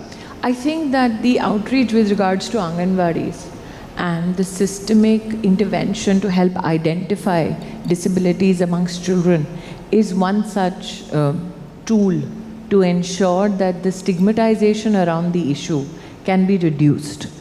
I also believe that there is a need to tell the story of more and more individuals who have received credit support to grow their businesses. Today, close to 1,000 crores by the Government of India and the National Corporation has been given to people who wanted to start small businesses. Close to 1,43,000 individuals with disabilities, what, as I said, we call Divyang, they have not only taken that credit, but they have helped better their livelihoods, their small and medium enterprises, of which research now shows that 89% of those who took this credit for their businesses have now improved not only their monthly takeaway financially, but also substantially improved their own way of living. So I think the fact that you had an economic measure as to when you have access to, let's say, credit, what is the equivalent impact on the individual or the family's life? I think those stories need to be told even more, because you may have had the Paralympics and how they did so well in the medal tally. That has made national headlines, but the headlines also need to now tell stories about those individuals who've had disabilities but have done stupendously well financially. Absolutely, ma'am. When we talk about disability and people with disability, we get lots of questions about employment. Generation of employment in the grassroots area is a challenge. So what can be expected in the upcoming years of the vision that we have, our government has, of becoming the third largest economy in the world? So I think that one of the factors that can help enhance employability is the access to education and skill. So when I talk about the Anganwadi intervention, one needs to recognize that if you have this kind of an intervention early in life, you are psychologically preparing the individual child and the family unit to succeed. That this cannot be looked upon as an impediment to success, but this is a challenge that can be overcome with additional support, academically, infrastructurally. I think there has to be a psychological conversation around the issue of disability at the grassroots. Once you provide access to educational institutions, as I have said to Gargi, that out of the 11 lakh schools today, we have access created in 8,33,000 schools. But apart from that, where are you now creating access? There are 35 international airports that now have access, 55 domestic airports that have access. So if you create access in more and more streams of mobility, then you create more opportunity. If in an age where AI is being leveraged or instrumentality becomes the fulcrum of manufacturing, how much of those who have a disability or those who are divyang can be encouraged to work with machines and machine tools? And not only work with machine tools, there is an elaborate industry that can be leveraged with regards to production of machine tools within our country. So I think that there is a whole economy and an ecosystem that can be serviced, and those are the employment opportunities that you've been talking about. Right, absolutely. Access to education, and as you said, accessibility for movement around our cities and various parts of the country. If you could share with us what the government is doing and what in the ministries as well. We heard earlier of a complaint about going to a government department, how, where the office was on the first floor, there was no elevator available. These kind of issues is something we should not be, coming across.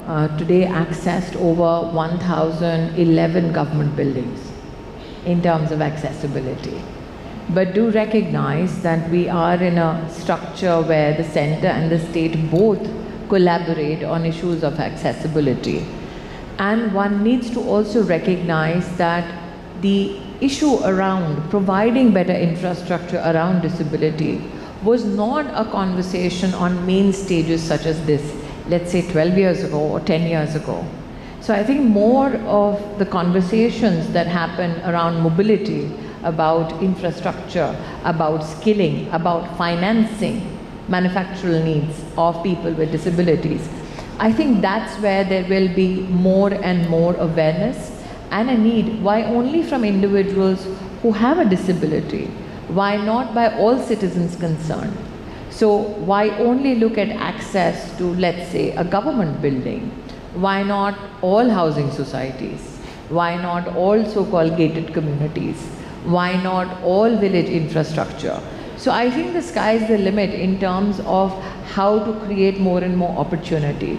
And do remember, we have not reached the utopian state where our population is not set to grow beyond what it is today.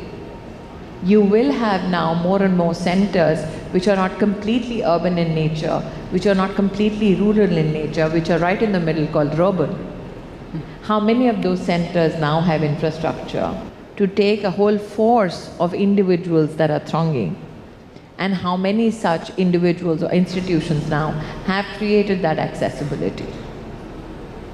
All right. Well, thank you so much, Minister, for talking to us and sharing so much about what the government is planning. And, this initiatives like this need support from ministers like you and more awareness to be created around this. Thank you for having this conversation. Much needed. Thank you, ma'am. Thank you so much. I'd like to invite on stage Mr. Unsu Kim, MD and CEO, Hyundai Motor India, and Mr. Tarun Garg, COO, Hyundai Motor India, to present a small memento to Ms. Irani.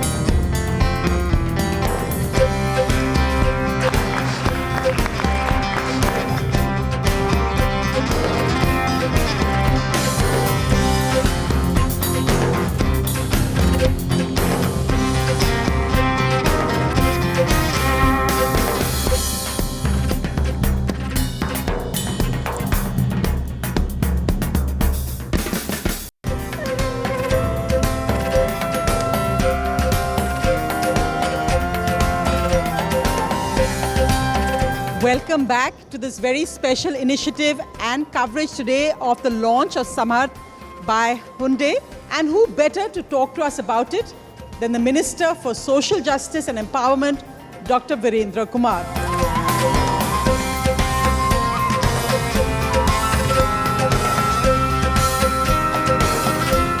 तो आपको बताऊं दर्शकों, यहाँ पर doctor Virendra Kumar अपनी सादगी के लिए जाने जाते हैं। सामाजिक न्याय और अधिकारिता मंत्री हैं ये, सोशल जस्टिस एंड एम्पावरमेंट। तो आज का जो विषय है जिस पे हम चर्चा कर रहे हैं, उसके लिए शायद सबसे महत्वपूर्ण व्यक्ति आप यहाँ पर मौजूद हैं सर। बहुत बहुत धन्यवाद समय निकालने के लिए अपने इस बिजी शेड्यूल में। आपका क्या नज़रिया है, आपका जो मंत्रालय है किस ओर किस तरह से आगे बढ़ रहा है कि इनके जीवन को सुगम बनाया जाए? हमारा मंत्रालय जो अपने देश की करुणा, मानवता, सहानुभूति, जो हमारे भारतीयता के भरे हुए सिद्धांत हैं, उन सिद्धांतों को पूरी तरह से आत्मसात करता हुआ दिव्यांगजन हमारे समाज के महत्वपूर्ण अंग हैं। और देश के प्रधानमंत्री आदरणीय नरेंद्र मोदी जी के द्वारा पहले इनको तरह तरह के शब्दों से संबोधित किया जाता था, लेकिन उन्होंने जो दिव्यांगता शब्द से संबोधन दिया, उससे मैंने देखा कि मैं देश भर में अनेक स्थानों पर जाता हूँ, दिव्यांगजनों के बीच में जाता हूँ, उनको जो आत्मिक प्रसन्नता का भावना उनके अंदर जो आई, उसको शब्दों में व्यक्त नहीं किया जा सकता। उनको ये लगता है कि हमारा कोई अपना है जिन्होंने हमको हमारी भावनाओं को समझने का, हमारी भावनाओं को स्पर्श करने की पहल की है। और आदरणीय प्रधानमंत्री नरेंद्र मोदी जी ने दिव्यांगजनों के लिए दिव्यांगता अधिकार अधिनियम 2016, इसमें दिव्यांगजनों के लिए जो सरकारी नौकरियों में आरक्षण है, बहुत सारे बदलाव किए गए। तो उसमें 3% से बढ़ाकर 4% किया गया। शासकीय मान्यता प्राप्त जो स्कूल हैं उसमें भी आरक्षण 3% से बढ़ाकर 5% किया गया। जो दिव्यांगता की श्रेणियां थीं, 7 श्रेणियां, उन 7 श्रेणियों को बढ़ाकर 21 किया गया।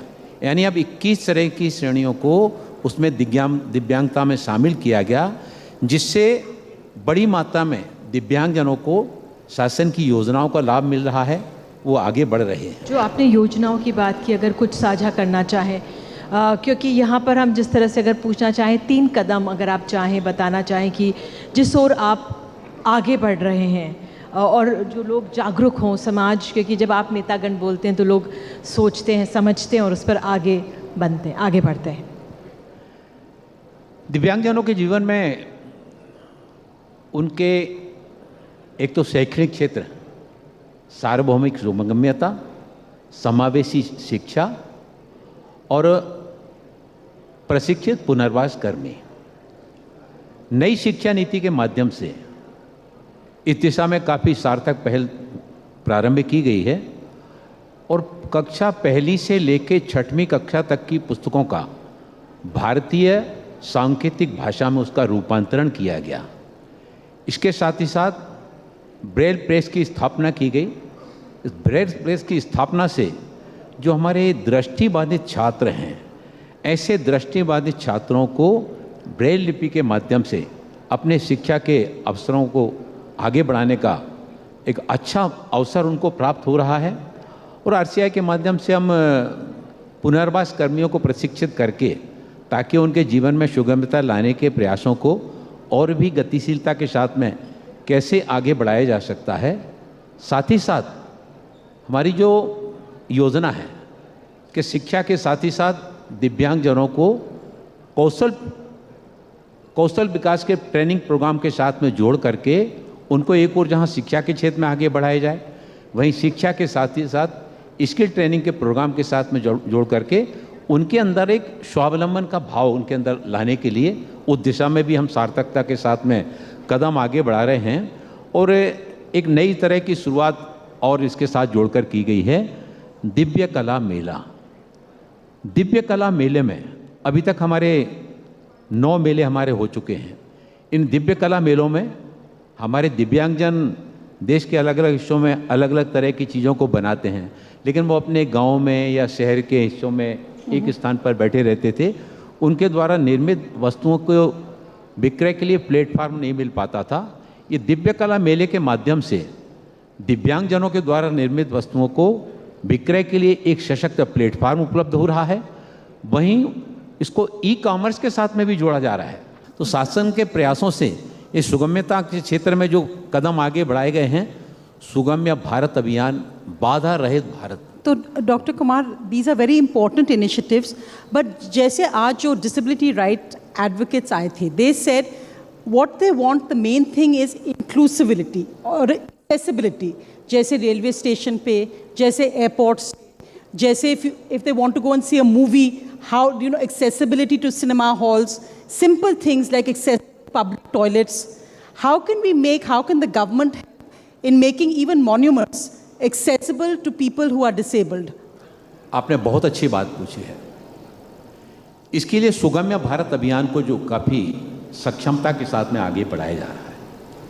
केंद्र और राज्य सरकार के लगभग 1700 भवनों को पूरी तरह से सुगम्य बनाया गया है। 35 अंतर्राष्ट्रीय हवाई अड्डों को सुगम्य बनाया गया है। 55 घरेलू हवाई अड्डों को सुगम्य बनाया गया है। 709 रेलवे स्टेशन उनको सुगम्य बनाया गया है।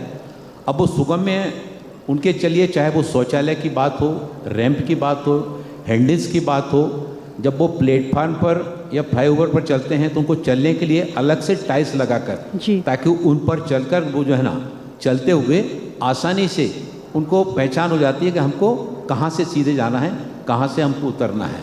ऐसे बहुत सारे प्रयास सुगम्य भारत अभियान के अंतर्गत किए गए। लगभग 42,000 बसों को आंशिक रूप से और 8,000 बसों को पूर्णतः सुगम्य बनाया गया है। केंद्र और राज्य की लगभग 700 वेबसाइट को भी सुगम्य बनाया गया है जी। और सुगम्यता के क्षेत्र में हम काफ़ी सक्षमता के साथ में क्षेत्र में आगे बढ़ रहे हैं, बल्कि बहुत सारे हमारे दिव्यांगजनों का इस क्षेत्र में काफ़ी अच्छा सहयोग भी मिल रहा है। ये इनिशिएटिव, ये पहल जो हम कर रहे हैं, इसमें एक तथ्य ये भी सामने आया कि उसको जो भी तमाम स्कीम्स हैं, योजनाएं, उनको मॉनिटर किया जाए। आप का मंत्रालय या आप किस तरह से आंकलन करते हैं कि ज़मीन पर ये स्थितियाँ या योजनाएं पहुंच रही हैं? क्योंकि एक आंकड़ा ये आया कि 40% हमारे जो दिव्यांग या ऐसे वर्ग के हमारे लोग हैं, उनके पास रोज़गार के साधन नहीं हैं। तो किस तरह से आप मॉनिटर करते हैं? क्या आपका आंकलन रहता है? हम इसके लिए राज्य स्तर पर, जिला स्तर पर और राष्ट्रीय स्तर पर हमारी एक और कार्यशालाओं का आयोजन करते हैं, सेमिनार का भी आयोजन करते हैं और जागरूकता सृजन के भी कार्यक्रमों का आयोजन किया जाता है, जिससे कि दिव्यांगजनों को एक और तो शासन की योजनाओं की जानकारी मिल सके, उन योजनाओं को वो लाभ उठा सकें और साथ ही साथ बाकी दिव्यांगजनों को भी उन योजनाओं के साथ में जोड़कर अपने जीवन में आगे बढ़ने के लिए मार्गदर्शन करें। तो ये केवल केंद्र सरकार और राज्य सरकार से अकेले नहीं, केंद्र सरकार और राज्य सरकार के साथ ही साथ समाज सेवी संगठनों, NGO और जो हमारे प्रतिष्ठित व्यावसायिक प्रतिष्ठान हैं, ऐसे प्रतिष्ठित व्यावसायिक संस्थानों का भी सहयोग इसमें नितांत आवश्यक है। सभी मिलकर जब कदम से कदम मिलाकर आगे बढ़ेंगे तो दिव्यांगजनों के जीवन में न केवल सुगम्यता आएगी, वो आर्थिक रूप से स्वावलंबी बनेंगे, बल्कि जो भारत को विकसित राष्ट्र बनाने का सपना है, उस भारत को विकसित राष्ट्र बनाने के सपने में सबका साथ, सबका विकास, सबका विश्वास और उसमें सभी का सामूहिक प्रयास, ये उसमें दिव्यांगजनों का भी सामूहिक प्रयास उसमें जुड़ सके। हमारा जो आज का इनिशिएटिव पहले, इसमें जो टैगलाइन है वो ये है, मंजिल उनकी साथ हमारा। और हंडे द्वारा जो ये समर्थ का कार्यक्रम इसको हम जब कर रहे हैं, इसमें एक ये महत्वपूर्ण पहलू ये भी है कि हम समाज को जोड़ें। लेकिन आप हमारे नेतागण हैं, जब नेतागण कुछ कहते हैं तो लोग सुनते भी हैं। आप अगर वापस जाएंगे अपने मंत्रालय में, 3 क्या चीज़ें तत्कालिक तौर पर करना चाहेंगे जिससे ये इनिशिएटिव आगे बढ़े, और जो समर्थ के साथ भी आप उनको क्या कहेंगे कि आप क्या होना देना चाहते हैं इस कार्यक्रम द्वारा, इस इनिशिएटिव द्वारा? समर्थ के द्वारा ये जो कार्यक्रम का आयोजन किया गया है, मैं तो सबसे पहले उनके लिए हृदय से धन्यवाद देना चाहता हूँ। समाज के ऐसे सबसे संवेदनशील प्रसंगों को स्पर्श करने की जो पहल उनके द्वारा की गई है, यह अपने आप में काफ़ी प्रशंसनीय है। और जैसा कि मैंने आपसे पूर्व में कहा, दिव्यांगजनों के लिए सार्वभौमिक सुगम्यता, समावेशी शिक्षा और प्रशिक्षित पुनर्वास कर्मी, इन तीनों के माध्यम से हम दिव्यांगता के क्षेत्र में दिव्यांगजनों को उनके आर्थिक, सामाजिक, शैक्षणिक सशक्तिकरण की दिशा में काफ़ी सक्षमता के साथ में और इन पहलों को और भी ज़्यादा आगे बढ़ाने का, संकल्पों को सिद्धि तक पहुंचाने की भावना को हम जन जन तक पहुंचाना चाहते हैं, जिसमें समाज का भी सहयोग आवश्यक है, जिसमें केंद्र और राज्य सरकारों के साथ साथ एनजीओ का भी सहयोग आवश्यक है। और आपने इस संवेदनशील मुद्दे के माध्यम से हमारे दिव्यांगजनों के प्रति सरकार तो अपना काम कर रही है, लेकिन इसको ऐसे कार्यक्रम के माध्यम से मैं वास्तव में इसके लिए शब्दों का चयन नहीं कर पा रहा हूँ कि आपने इतने अच्छे विषय का चयन करके समाज के संवेदनशील हमारे भाइयों बहनों के बारे में सोचा और बताया गया कि काफ़ी बड़ी मात्रा में यहाँ पर हमारे दिव्यांग भाई बहन देश भर से आए, उनकी सफलता की सक्सेस स्टोरी भी यहाँ पर रखी गई। मैं तो दिन भर यहाँ नहीं रह पाया, लेकिन एक सफलता के संबंध में आपके सामने कहना चाहता हूँ। एक सत्येंद्र लोहिया नाम का नौजवान है, मध्य प्रदेश का है, ग्वालियर का है, और उसने अभी पिछले दिनों इंग्लिश चैनल को दोनों तरफ से पार किया। दिव्यांग नौजवान ने एक विश्व रिकॉर्ड बनाने का काम किया। ऐसे भी दिव्यांगजनों के बीच में प्रतिभाएं हैं, इन प्रतिभाओं को ढूंढ करके और हमारे दिव्यांगजनों के लिए एक मॉडल के रूप में आगे लाने का काम, कि दिव्यांगजनों के अंदर न प्रतिभा की कमी है, न उनके अंदर परिश्रम की कमी है, न उनके अंदर पुरुषार्थ की कमी है, न उनके अंदर पराक्रम की कमी है। उनकी क्षमताओं को आगे बढ़ाने की जो पहल आपके द्वारा की जा रही है, उसके लिए मैं आप सबका हृदय से बहुत बहुत धन्यवाद और आभार करना चाहता हूँ। Dr. Kumar, thank you so much for supporting this initiative. Or they said today कि not just disability, it is a super ability. And I think we've seen that with all the support and the wonderful success stories, that your words will be something which will inspire many. Thank you so much, Dr. Kumar. Thank you. Thank you.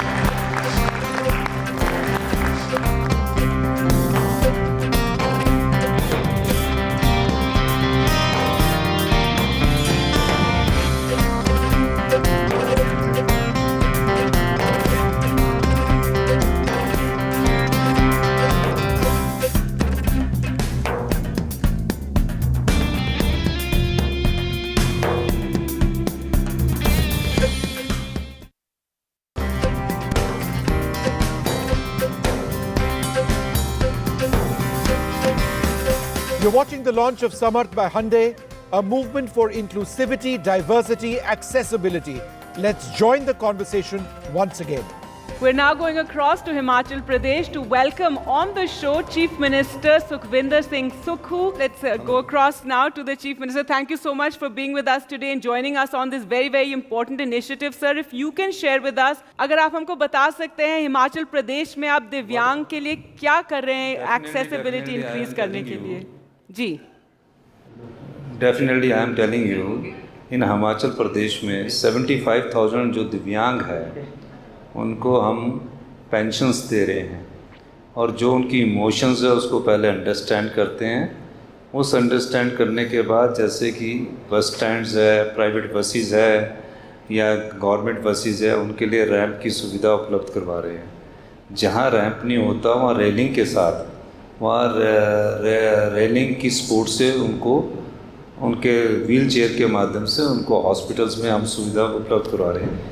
3300 के करीब हमने schools में जो दिव्यांग हैं उनको हमने toilets की सुविधा उपलब्ध करवाई है और जो 117 हमारे गवर्नमेंट अकोमोडेशंस है, गवर्नमेंट अकोमोडेशंस में भी हमने उनको सब प्रकार की सुविधा उपलब्ध करवाई है। तकरीबन 75,000 दिव्यांग हिमाचल प्रदेश में हैं। सबको हम पेंशन देते हैं, उनके हिसाब से उनके लिए पेंशन का कोई क्राइटेरिया नहीं है। उनको अपनी लाइवलीहुड के लिए उनके पेरेंट्स जो उनके ख्याल रखते हैं, उसके अलावा सरकार भी उनको पेंशन की सुविधा उपलब्ध करवाती है। और जो भी कुछ इनके लिए हमें करना होता है उसके लिए स्पेसिफिक बजट रखा होता है। उस बजट के आधार बनाकर हम इनके लिए जो योजनाएं लाते हैं कि कई प्रकार के दिव्यांग हैं, तो उस दृष्टिकोण से हमारी सरकार उनके लिए उस प्रकार से सुविधा उपलब्ध करवाती है। तो मेरा ये मानना है कि हिमाचल प्रदेश में और भी बहुत कुछ करने की ज़रूरत है, क्योंकि ये एक ऐसा वर्ग है जिसकी तरफ ध्यान देने की हम सब लोगों को ज़रूरत है, और समय के अनुसार इनको बजट एलोकेशन करने की भी बहुत अधिक ज़रूरत है। तो हमने इसमें इस बार भी हमने अपने बजट में स्पेसिफिक इनके लिए भी रखा है, और इनकी जो समस्याएं हैं उसको अंडरस्टैंड करते हैं, और उस अंडरस्टैंड करने के बाद उसको दूर करने की हमारी कोशिश हमारी सरकार की रहती है। सुकुल जी, मैं निधि बोल रही हूँ। बहुत बहुत धन्यवाद अपना इतना महत्वपूर्ण समय निकालने के लिए। मंजिल उनकी साथ हमारा, ये हमारा उद्देश्य है इस कार्यक्रम का। हंडे द्वारा समर्थ, ये एक पूरी हम पहल कर रहे हैं। एक आंकड़ा जो हमारे देश में आता है कि 75% हमारे देश के जो 5 साल से कम उम्र के बच्चे हैं वो उनको स्कूल में जगह नहीं मिलती। 75% जो दिव्यांग बच्चे हैं, जो विकलांग बच्चे हैं। हिमाचल प्रदेश के स्कूल बहुत अच्छा करते हैं एबल्ड बच्चों के लिए, लेकिन इन बच्चों के लिए क्या विचार, क्या सोच है आपकी? जो 75% से 5 साल के कम उम्र के बच्चे हैं, पहले तो उनकी स्टडी करनी पड़ती है। हम पहले कोई भी, मैंने डायरेक्शन ये दे रखी है कि जो बच्चे हैं, कई डम एंड डफ है, कोई कई प्रकार के दिव्यांग हैं, तो उनको स्टडी करने के बाद उनके अनुसार, उनके पेरेंट्स की सुविधा के अनुसार फिर टीचर से बात करके हम उनको सुविधा प्रदान करने की कोशिश कर रहे हैं। कुछ कमियां इसमें हैं, उन कमियों को दूर करना पड़ेगा, और ये आने वाले समय में धीरे धीरे दूर होगी।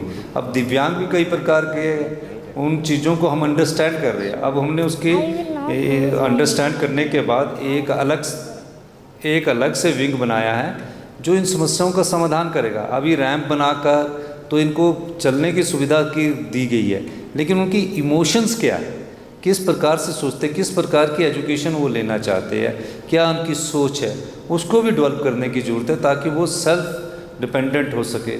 तो उस दृष्टिकोण से भी हमारी सरकार उनके लिए एक नीति लेकर आने वाली है। बिल्कुल सर, आज एक सुझाव आया हमारे साथ, जो लोग मौजूद थे उनका ये कहना था कि स्कूलों में अगर एक शिक्षक है जो देख नहीं पाते उन छात्रों के लिए, लेकिन जो सुन नहीं पाते उनका क्या होगा, या जो चल नहीं पाते क्या होगा, या उनको कक्षा में एकदम पीछे बिठाया जाता है। उस लिहाज से आप क्या अपनी सरकार में बदलाव लाना चाहेंगे, या अपने जो शिक्षा का क्षेत्र है स्कूलों को निर्देश देना चाहेंगे, जो शिक्षक हैं उनको भी, क्योंकि ऐसे तमाम वाक़ये आज लोगों ने बताए हमें कि किस तरह से शिक्षकों का बर्ताव होता है, क्या उसमें बदलाव लाएंगे? आप कुछ निर्देश जारी करेंगे? नहीं, आपको ये बताना चाहता हूँ, उनके लिए स्पेशल टीचर की रिक्रूटमेंट की है हमने।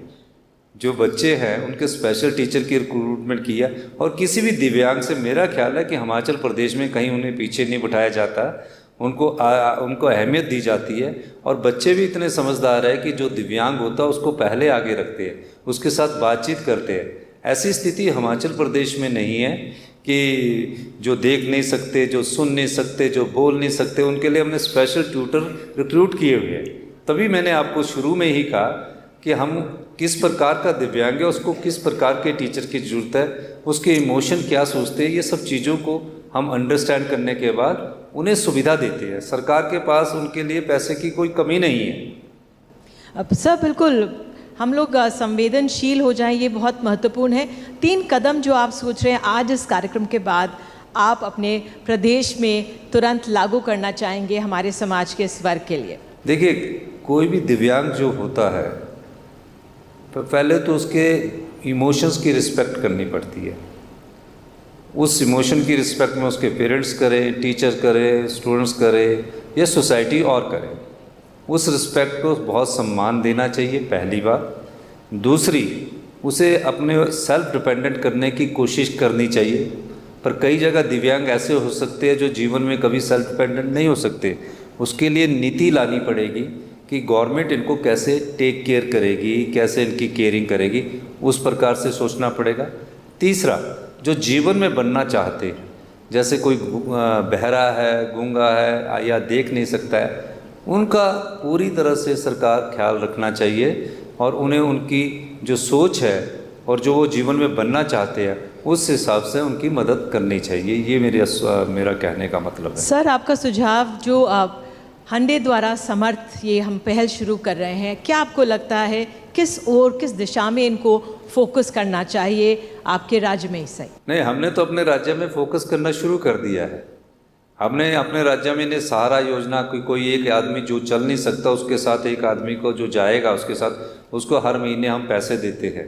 हमने तो उस दृष्टि से सोचना शुरू कर दिया है, लेकिन इसमें बहुत सुधार की ज़रूरत है और समय समय पर जो परिस्थितियां बदलती है समय के अनुसार उन परिस्थितियों के हिसाब से भी हमें आगे बढ़ने की ज़रूरत है। ये मेरा कहना है। बिल्कुल, आपने हमें समय दिया, इसके लिए बहुत बहुत धन्यवाद। और आपने जो बहुत अहम शब्द का प्रयोग किया, सम्मान देना बहुत ज़रूरी है, उसके लिए भी आपका बहुत बहुत धन्यवाद। हांडे द्वारा समर्थ की इस पहल को आइए आगे बढ़ाते हैं। एक बार फिर से हम एक खास मंच पर मौजूद हैं, मंथन कर रहे हैं, चर्चा कर रहे हैं। मेरे साथ एक खास कुलीग मेरे को एंकर हैं, धन्या मेरे साथ मौजूद हैं। लोकोमोटिव डिसेबिलिटी की ब्रांड एम्बेसडर इस साल की हमारे साथ धन्या हैं मौजूद। साथ ही मैं आपको बता दूं हमारे साथ आराधना लाल है, लेवेंट्री की, निपुण मल्होत्रा हमारे साथ मौजूद हैं, सेंट स्टीफन से पढ़े हुए हैं, वर्ल्ड इकोनॉमिक फोरम ने इन्हें सम्मानित किया है। यहाँ पर मैं बता सकती हूँ विधि लीगल फाउंडेशन की दामिनी घोष हमारे साथ हैं, और नित्या रमेश जो हमारी स्पेसेस हैं, अर्बन स्पेसेस हैं, उनको हम किस तरह से डिज़ाइन कर सकते हैं, करते हैं भी, ये उसके बारे में हम बात करेंगे। पॉलिसीज़ के बारे में बात करेंगे, भवन निर्माण की हम बात करेंगे, किस तरह से जो पहुंचने के रास्ते सुगम हो सकते हैं उस पर बात करेंगे। सबसे पहले मैं धन्या रवि से बात करूंगी। Dhanya, tell us a bit about your journey. It hasn't been easy. You have been awarded by national awards. You've come from Bangalore, and you're working with Enable India. Tell us a little bit more and how the journey has been till now. Journey as of now has been very liberating, I would say. Just like you said, it wasn't easy. I come from a very traditional rural background. I hail from Kerala and I've been brought up in Bangalore. But no, as a born with this rare disease called osteogenesis imperfecta, but the condition of this character of this condition is that until teenage my bones used to fracture without an invitation, and until teenage I've gone through more than 200 fractures, and coping with that my childhood has always been more with the hospital, and I could not get into a mainstream schooling due to the lack of awareness in the at my home as well as in the special schools as well as in the mainstream school. So I done my academics at homeschooling. So growing up as a child, I think in our life one of the most beautiful phase is always childhood, and my childhood has always been inside the four walls or inside, that's my room or hospital beds. So that was my initial till my teenage. And if I may add, your teachers have done a wonderful job. Absolutely. Please tell us a bit more. How was it finding a teacher or the society around? How was it? Thank you, Nidhi, for bringing this question, because whatever I am today, it is because of volunteers, I would say, and that is something we really need to have more in our country. So like I said, my parents was not so much aware of the importance of education for a woman with disability, not putting any gender bias, but keeping disability as an object. They were not sure, is it really important to educate me? And they said, let's teach what, my brother, I have an elder brother, so he can teach me. That's what the plan was. And then my neighbor auntie came down and said to my father that I'm going to teach Danya every day 1 hour, and then started my journey with proper mainstream books where I got it done from my friends every year as on. So 10 years she voluntarily taught me. So looking back, I would say now I don't regret of not going to the mainstream school, because she was one among 10 teachers, I would say. There's a lot that I learned more than academics. So Tanya, let's take this program forward now. Absolutely. I think I like to ask Nipun this question, because today morning I came with my friend, he's a volunteer and a very good friend of mine. So when I came with the airport and all that scanning and all of that, I was just thinking, when will actually get rid of this as a wheelchair user? How can we break these kind of barriers? And Nipun, I think you are one who always came up with the solutions, or spoke for the community. And there's a lot that you have brought down, like Amazon app and X-ray scanning at the airport, security, GST, and many of that. So can you just provide some more, like how we together as a collective work on this, and how did you get started with that? Sure, I think that's a very important question, and I cannot take full credit for all those movements. I think it's a collective effort of the disability movement. But when you speak about scanning at airports, etc., I think it is a pity that a lot of airports today use X-ray machines to get people out of wheelchairs, or even make people with disabilities remove their prosthetics, etc., during security checks. Interestingly, the Bureau of Civil Aviation Security has actually come up with a policy that that doesn't need to be done. And me, along with a group of disability activists, had met the CISF and the BCS, and these rules were changed. Implementation, of course, becomes a challenge, because of which there are a lot of states and a lot of airports where that is still not done. And but the rule is there, and I think that is really the story of India in the last 10 years when it comes to disability. I think a lot has moved forward in terms of creating policies, laws, etc. We had the Rights of Persons with Disabilities Act 2016 that came up, which said that in 5 years all public buildings will be accessible. You spoke about this airport security, etc. as well. So I think we've seen the intent over the last 5 to 10 years, but I think now it's the time for execution. And I hope this Samarth by Hyundai campaign pushes the government, the private sector, and all other stakeholders to start executing what's really written on paper in terms of laws and policies. अपनी execution की बात की आराधना लाल हमारे साथ lemon tree से मौजूद हैं। Ma'am ज़रा अपने होटल चेन्स के बारे में बताइए, किस तरह से जो आपकी हायरिंग पॉलिसीज़ हैं, how does it work, what is the thought behind it? Thanks so much. So at Lemon Tree Hotels, we've been hiring people with disability for the last 16 years, and it's part of our HR strategy. हम लोग की company का ये policy है actually. और disability में there are many different kinds of disability present in our hotels. It includes the deaf, people with a physical handicap, people with low vision. And in the last 11 years, we've done work with intellectual and developmental disability, as well as autism, basically the neurodiverse disabilities. And what we are finding is that the more we venture into this, the more benefits come our way. So that I'll explain this. When our customers observe that there are team members who have a disability and they can see वो कितनी अच्छी तरह trained हैं और जो भी उनको task करना है वो कर पा रहे हैं, चाहे वो coffee shop में हो, चाहे front desk में हो, चाहे housekeeping में हो, and they observe that the service is being given to them the way they want to receive it, and it is of good quality like any other person, that acceptance goes to a new level altogether. Our company is inclusive, yes. But because we have so many customers who stay with us across our 96 hotels in more than 58 destinations, we are in a way passing this message on forward, and people are able to observe the reality of it. Because बोलना बड़ा आसान है, मगर अगर हम training ठीक से नहीं देंगे और वो service ठीक से नहीं देंगे, why will the guest come and stay with us? Why will the guest pay money if he doesn't receive service from a well-trained person? That's what his expectation is. So we've been able to build a model around it, a lot of focus on learning and development, on training, and a lot of focus on sensitization. This thought process has come from our chairman and managing director, and the leadership team has totally understood it and has bought into it. But if we have an employee base, total base of say 8,000, 9,000 people, how are they going to understand? We have to first sensitize them. So on a regular basis across our hotels, we talk about why disability, what are the benefits. Then we talk specifically about if there are deaf team members in your team, how shall you work with them. We teach everybody Indian Sign Language. Now this is an interesting thought. I believe in school actually, we should be teaching, of course, English, we should be teaching Hindi, and we should be teaching Indian Sign Language. I'm really proud to say all 7,000 plus employees of Lemon Tree Hotels, we know Hindi, we know English, and we know Indian Sign Language. We do. Damini Ghosh हमारे साथ मौजूद हैं, विधि legal aid से जुड़ी हुई हैं, research बहुत की है इस वर्क के लिए आप लोगों ने, तमाम नीतियां बनती हैं, ऐलान होते हैं, कानून के बारे में भी अगर कुछ है भी तो भी लोगों को पता नहीं है जो ये दिव्यांग वर्ग है। ज़रा बताइए क्या सिचुएशन आपने ज़मीन पर पाई? Sure, thank you. So a little bit about the Center for Legal Policy. We were set up in 2013 as a legal research think tank to make better laws and improve governance. And while we work on diverse practice areas, disability is something which we have started looking at more recently.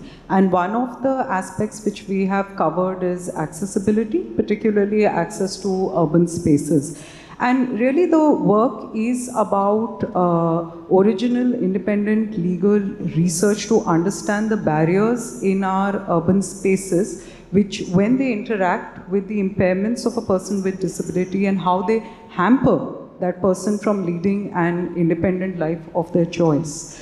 So I think one of the main findings which came out through the course of last few years where we've done this work is specifically in the context of access to cities has been that the law is there. The rights of persons with disabilities act as a robust legal framework. It reflects our commitments under the UNCRPD. But one of the issues that came out was that lot of the enforcement machinery within the law itself, which is your SCPDs, your district level committees, the special courts, when framework like that has already been provided under the legislation, why is it that those have still not been put in place, right? The requirement of having accessibility standards for services and facilities which a city can offer, right? This is across sectors. Why have all those accessibility standards and requirements not been enacted till more recently, right? We now see a spate of initiatives being rolled out by the government. So I would say that while the framework is there, a lot of the details within the framework need to be acted upon. As Nipun said that the law was there, the framework is laid out, now we really need to take action. Just a quick short question. 119 laws which were discriminatory. Yes. आप लोगों की संस्था द्वारा उनको हटाया गया. थोड़ा सा बताइए इसके बारे में. This was in relation to laws which had ableist provisions which discriminated against persons with leprosy. So it started as an exercise of us doing a full-blown legal analysis, finding it out, and then we had all this research. And but the question is, what is the impact of that research? Where is it going from there? And one option is, of course, we can approach different government departments across states and do it on a piece-by-piece basis, which is a very, very time-consuming process. We also felt at that time, this was some time back, that filing a more strategic litigation before the Supreme Court to take note of this exercise actually had a huge impact. It set a precedent which sort of triggered a movement within various state governments to start repealing these kind of discriminatory provisions. Absolutely. Just wanted to ask you itself, like, what is this next level of policies or frameworks that you're working on? Okay, so right now a lot of the work, as I was mentioning, has been generally on access to urban spaces, and what has to be remembered with disability is, when I talk as a lawyer, is that it cuts across practice areas. You know, there is a whole component of access to urban spaces, then there's health, education, early intervention, sports, you name it. So it cuts across. The second aspect which one needs to keep in mind is that the implementation or the framework itself is spread across the central, the state, as well as the local levels. So there is a lot going on in that sense. And what we feel is that while a lot of our work has been general, now we've sort of started narrowing down on specific areas of intervention. So a lot of our work has been about focusing on, say, parks, on making inclusive play spaces, or to sort of put together representations on making buses accessible. We would have seen there has been a lot of talk about buses over the last few months, whether in Karnataka or at a national level.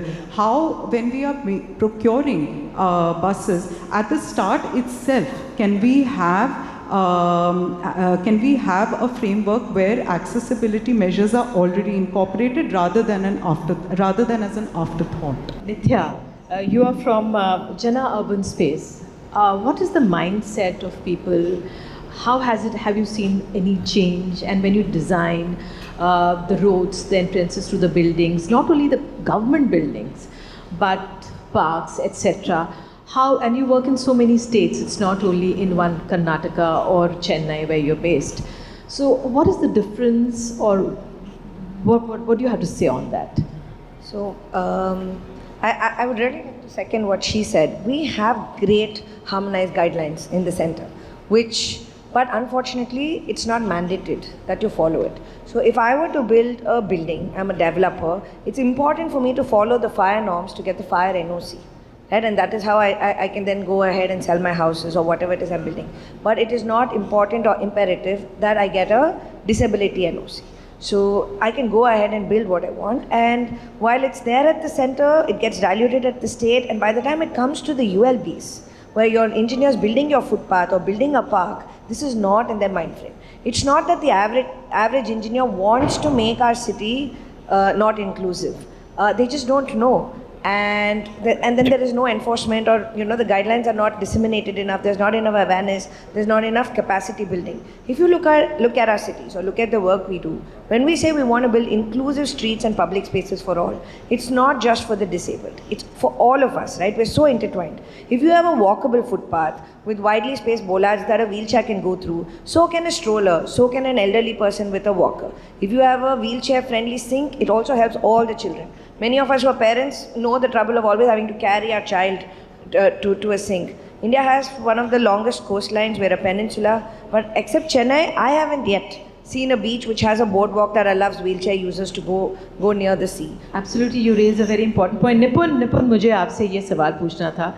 आपने हम सिर्फ जैसे beaches की बात हुई, जीवन सिर्फ post office या ATMs या हॉस्पिटल्स तक ही लिमिटेड नहीं है. म्यूज़िक फेस्टिवल्स के लिए, लाइब्रेरीज़ के लिए आपने पूरी एक जद्दोजहद लड़ी है, और उसके बाद कुछ चीज़ें हो पाई हैं. आप ज़रा बताइए उसके बारे में, क्योंकि आपने ज़ोमैटो ऐप में एक फ़िल्टर लगवाया किस तरह से व्हीलचेयर एक्सेसिबिलिटी किसी रेस्टोरेंट में है कि नहीं, वो आप चेक कर सकते हैं. तो ये अपने आप में बहुत अहम है. थोड़ा उसके बारे में. हाँ जी, एक्चुअली प्रॉब्लम इंडिया में क्या ये होती है कि जब लोग पर्सन विद डिसेबिलिटीज़ को देखते हैं तो उनको एज अ बेचारा एटीट्यूड के साथ देखते हैं, और देखते हैं कि बेसिकली उनको रोटी कपड़ा मकान चाहिए और उसके अलावा उनकी कोई ख्वाहिशें नहीं हैं. जब जोमेटो ऐप की बात है, इसके पीछे एक थोड़ी छोटी कहानी है जो मैं 30 सेकंड में बताऊंगा. कि 2015 में मैं एक पब के अंदर एंटर कर रहा था अपने कुछ दोस्तों के साथ, और जब मैं पब एंटर कर रहा था, जो उस पब का जो मैनेजर था उसने बोला कि हम आपको एंट्री अलाउ नहीं करेंगे क्योंकि हमारा माहौल ख़राब हो जाएगा अगर हम पर्सन विद डिसेबिलिटी को अंदर अलाउ करेंगे. और मैंने ट्विटर पे जाके उसको ट्वीट किया और वो इशू पूरा ट्रेंड होने लग गया, और मेरे को बहुत लोगों ने फ़ोन किया उसके बाद बोल के कि हमारे साथ भी ऐसी डिस्क्रिमिनेशन हुई है, ऐसे चैलेंजेस हुए हैं एट्सेट्रा. तो मेरे को लगा कि कोई इंस्टीट्यूशनल चेंज की ज़रूरत है. तब मैं जोमेटो के पास गया और मैंने जोमेटो को रिक्वेस्ट किया और जोमेटो के साथ काम किया to add these wheelchair access filters. इससे दो काम होते हैं. एक तो यू कैन आइडेंटिफाई कि कौन सा रेस्टोरेंट एक्सेसिबल है और कौन सा नहीं है. पर दूसरा, जब जोमेटो जैसा एक एग्रीगेटर रेस्टोरेंट्स के सवाल पूछने लग जाता है तो रेस्टोरेंट्स के अंदर भी एक एटीट्यूड चेंज हो जाता है फॉर पर्सन विद डिसेबिलिटीज़. उसके बाद मुझे लगा कि पर्सन विद डिसेबिलिटीज़ को बाहर भी जाना है, सेलिब्रेट भी करना है. So I started working with a lot of festivals to make them accessible. For example NH7 weekender एक म्यूज़िक फेस्टिवल होता था जिनके साथ हमने काम किया to fully make it accessible. Music concerts होते हैं जिसमें लोग ज़्यादा खड़े होते हैं. व्हीलचेयर यूज़र को तो कुछ दिखता ही नहीं है बिकॉज वो बैठे होते हैं, लोअर हाइट पे होते हैं. तो for them for example why not have a hired seating place. Jaipur literary festival में मैंने व्हीलचेयर्स देनी शुरू कर दी बिकॉज आई रियलाइज कि काफ़ी एल्डरली पॉपुलेशन वहाँ पे आती है और उनको चलने में दिक्कत आती है. एंड इनफैक्ट मैं तो ये बोलता हूँ कि people can not be divided into people with disabilities and people without disabilities. Everybody is temporary able bodied, क्योंकि जब भी कोई बुजुर्ग होएगा उनको सेम रिक्वायरमेंट्स होंगी जो एक पर्सन विद डिसेबिलिटी के पास है. तीसरा, एक सेरेंडिपिटी आर्ट्स फेस्टिवल गोवा में होता है, वहाँ पे हमने काफ़ी काम करना शुरू कर दिया. So I think it's very important and it's important कि पब्लिक स्पेसेस में बाहर पीपल विद डिसेबिलिटीज़ आएँ और लाइफ को सेलिब्रेट करें, और उसी से सोसाइटी का एटीट्यूड भी चेंज होगा कि एक पर्सन विद डिसेबिलिटी भी एक कंप्लीट ह्यूमन बीइंग है और उसकी वही ख्वाहिशें हैं जो बाकी किसी और की. बिल्कुल. आराधना, 40% जो हमारे डिसेबल्ड आबादी हमारे देश की, उनके पास जॉब्स नहीं हैं, और आप अपने होटल्स में जिस तरह से लेती हैं, क्या आपके सुझाव हैं किस तरह से आगे बढ़ा जाए कि और जो कॉर्पोरेट्स हैं या सर्विस सेक्टर में और इनका दखल बढ़े? So in the last 5 years, maybe even the last 10 years, I've seen a lot of change, whether it's the hotel sector, restaurant sector, retail, IT, ITES, banking. There are many companies that have expressed an interest in hiring people with disability as a normal part of their policy, not as an exception. And we've had the good chance or the good opportunity to be able to share our best practices with many organizations. So what we have been able to tell them is that in these 16 years, we have seen that there are about 6 or 7 steps that you need to take to make your company truly inclusive. I can say it very simply to you. At the very top of the company, this belief that it is a business benefit actually to go for inclusion must come in at the head of the company and then get cascaded through. That's the first step. The second step is you need someone to focus on inclusion. That's what my job is. And that's how we can do pilots, we can do experiments, we can try new disabilities. The third step is you have to sensitize everybody in the organization. I mentioned that. Tell them why and tell them about different disabilities. The fourth step is job mapping. So any company who wants to bring a person in who's got special needs will have to examine the tasks of every role. So in our company, what happens at the front desk? What happens in the coffee shop? What are those 20 or 30 tasks a person does on a daily basis? If I bring a deaf team member into the team, can he do all those 30 tasks? If I bring a person with Down syndrome, can they do all the 30 tasks? This process is called job mapping. You take the help of your NGO partners because they are experts. We are hoteliers after all. You take their help to analyze and study, and that's how you work it out, that which job and which disability. I wanted to just ask both of them, like how the urban space and the center, VB Center has been influencing the kind of framework, your research influences to the government, and how do you kind of take it up? Like, how does the research made an impact? As I mentioned earlier, the core of our work is research. Then after research, the next step that comes is dissemination, which is taking it to all stakeholders, which is not just government, but even public stakeholders, our collaborators, our partners. And after that comes, for us, impact is if we are able to convert that research into an engagement with the government. So typically in my experience at Vidhi, when we go take our work to particular stakeholders who are willing to make change within the government, sometimes they may take it up immediately. Sometimes they may come back in a few years' time saying that आपने ये बोला था, अब हमें करना है. Sometimes it may happen, they'll say, okay, we don't want to do this, but can you please help us out with this instead? This is the need of the hour. So and there are often times where we actually constantly engage, we are in touch, we stay relevant, we put our work out there to understand what is it that the government is interested in doing, whether it's at the center, at the state level, and we take forward our research to them. So there are different ways to sort of engage with the government and see what comes out. So in fact, more recently, we were interacting with the Ministry of Social Justice and Empowerment. So, and we had gone to talk about some of our present research work, and it ultimately culminated into putting together a case compendium for all Supreme Court and High Court judgments, because the need was felt to sensitize persons with disabilities, their caregivers, and even persons without disabilities about the contours of the Rights of Persons with Disabilities Act and what the courts have had to say about it. So engagements and impact can translate into different ways. बहुत बहुत धन्यवाद आप सभी का यहाँ पर आए, और वाकई में मंजिल उनकी साथ हमारा है, आगे बढ़ते हैं और ये मंचन और ये मंथन यहाँ पर हम जारी रखेंगे. एक छोटा सा हम लोग ब्रेक ले रहे हैं. धन्यवाद.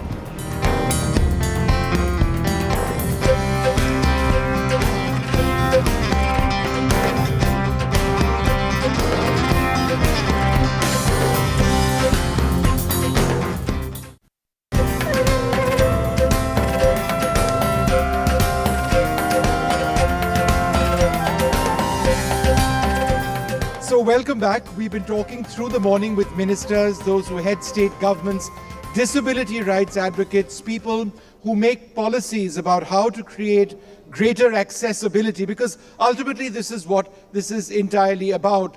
What can you and I do to begin with? Just a few suggestions.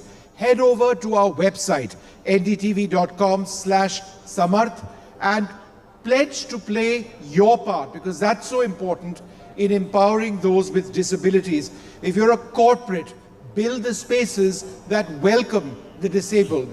Create the policies that make place for them, sensitize the workforce that can become their allies. These are just a couple of common sense suggestions, but so important. I want to come across here very quickly, in fact, to Dr. Rajkumar, business head of the Adani Realty Group. Thanks very much. It's been wonderful to have you over here. And it's also important for us because it's an occasion for a big announcement in support of this very noble cause. First of all, I would like to thank Hyundai for conducting such a wonderful program, and which helps the overall society in a very inclusive way. And we do understand there's a requirement of inclusion of all the people with different abilities to come up in hand with the people who are able. So we would like to take certain pledge, and as a process I would like to read out those pledges, those commitments to all of us. So in anticipation the evolving landscape, Adani Group pledge and recognize the imperative for a well-planned intervention over the next 3 years through this platform. This strategic initiative is designed not only to enhance our support for persons with disabilities, but also to strengthen the culture that goes beyond mere words, demonstrating our proactive commitment to fostering inclusivity within our organization. Our commitments towards these initiatives are, most important is inclusive hiring initiative. So at Adani, we have planned to have 200 plus persons with disabilities to hire within the next 3 years on various functions, wherever it suits. Recognizing the wealth of talent and diversified perspective they bring to our organization. The second is sensitization workshop. So our goal is to achieve the full participation of individuals directly involved in hiring, reporting and all support functions, reaching a 100% engagement rate. The third is career development opportunities. So all we are talking about the employment as a whole. Our organization commits to actively promoting career development opportunities for persons with disabilities through skill building programs, job rotations and executive leadership program to ensure equal access to professional growth once they are in. Fourth is the flexible work arrangements. We also understand some flexibility is required despite of whatever we do, right? So we commit to provide flexible work arrangements to accommodate the diverse need of individuals because the disabilities are different in nature. Diverse need of individuals who are differently abled. And the last and not the least, wellness program for differently abled individuals. Our initiative includes access to counseling service, participation in wellness campaigns, and the creation of stigma-free environment. Thank you so much. Thank you very much. So just a small example of what the Adani Group is doing over there. We've got so much more to talk about, and I'm just going to come and sit right next to you.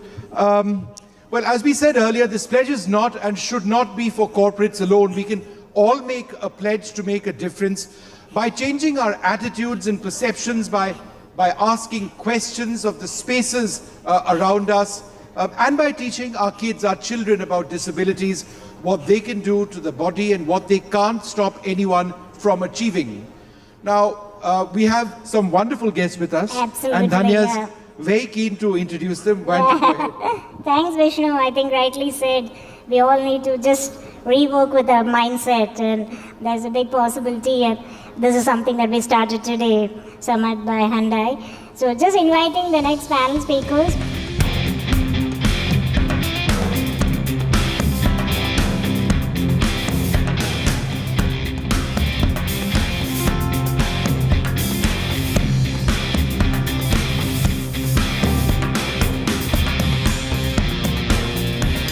Dhanya, I must tell you that I've got a hero of mine right here on this stage, right now. Dr. Chona taught me at Delhi Public School, Arkipuram. She was my principal. Wow. Tamanna is somebody who I have known for 35 years plus. Okay, awesome. So I like to understand, like, we all speak with a parent. And what is it like to be a parent of a person with disability? And how does you create the sensitivity? And how has it been as a journey as a mother? He was just going to be our child and treat him like our older son. And we gave him every opportunity. We took him on every holiday, every outing, every restaurant. We never said, oh, maybe he can't do this. Oh, maybe we shouldn't do this. He just went with us, and we've just done that from day one. He's 22 today. He has good days, he has bad days, he's wicked as hell, if I could use that term.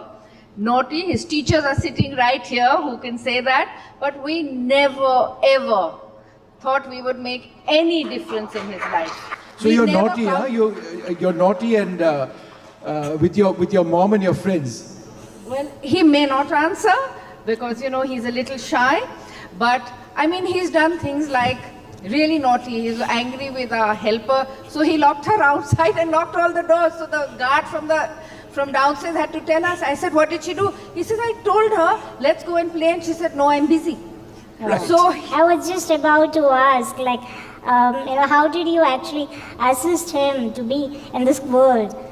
So we decided from the beginning, and we had a lot of family support, that we would do everything in our ability to help him. If it was early intervention, we were living overseas for 25 odd years, and we decided to come back when he turned 18, or just short of 18, because India was a country where we wanted to live. And he needed to come and be in touch with who he is.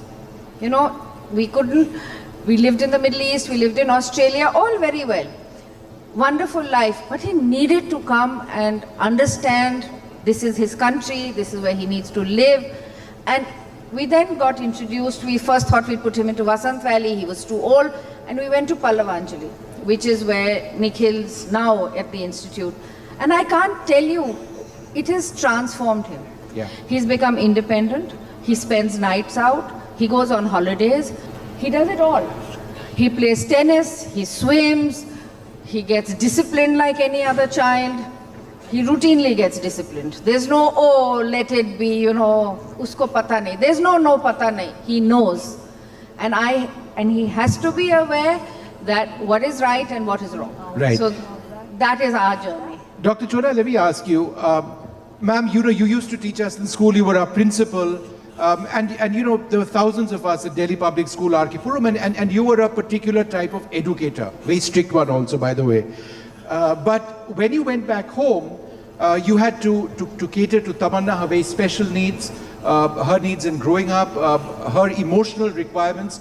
How for you was it such a challenge, you know, from working in that school environment and then coming back home and being an educator and a friend and a mother in a very different sense? If I can have a student like you, then my mothering became very easy.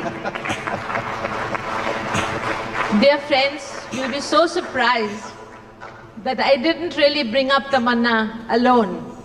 The whole student community was bringing up Tamanna. And that's a fact.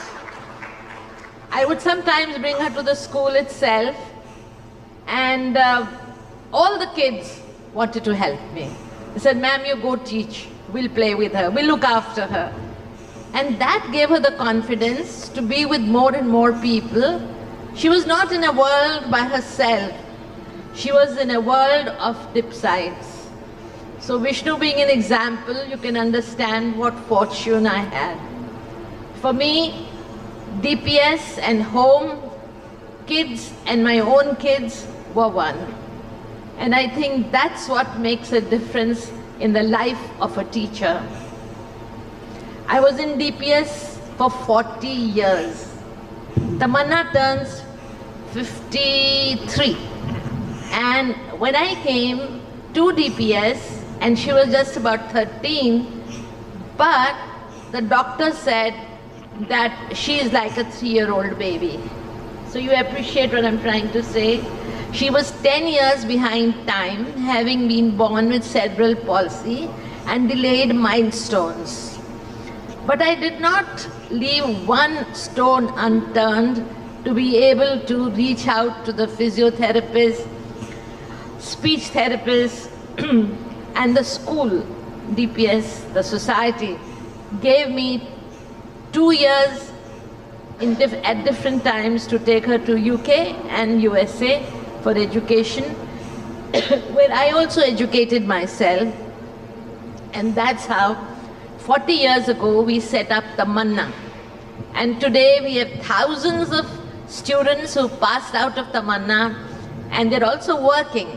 All I'm trying to say is that you need the community to bring up the Tamannas of the world.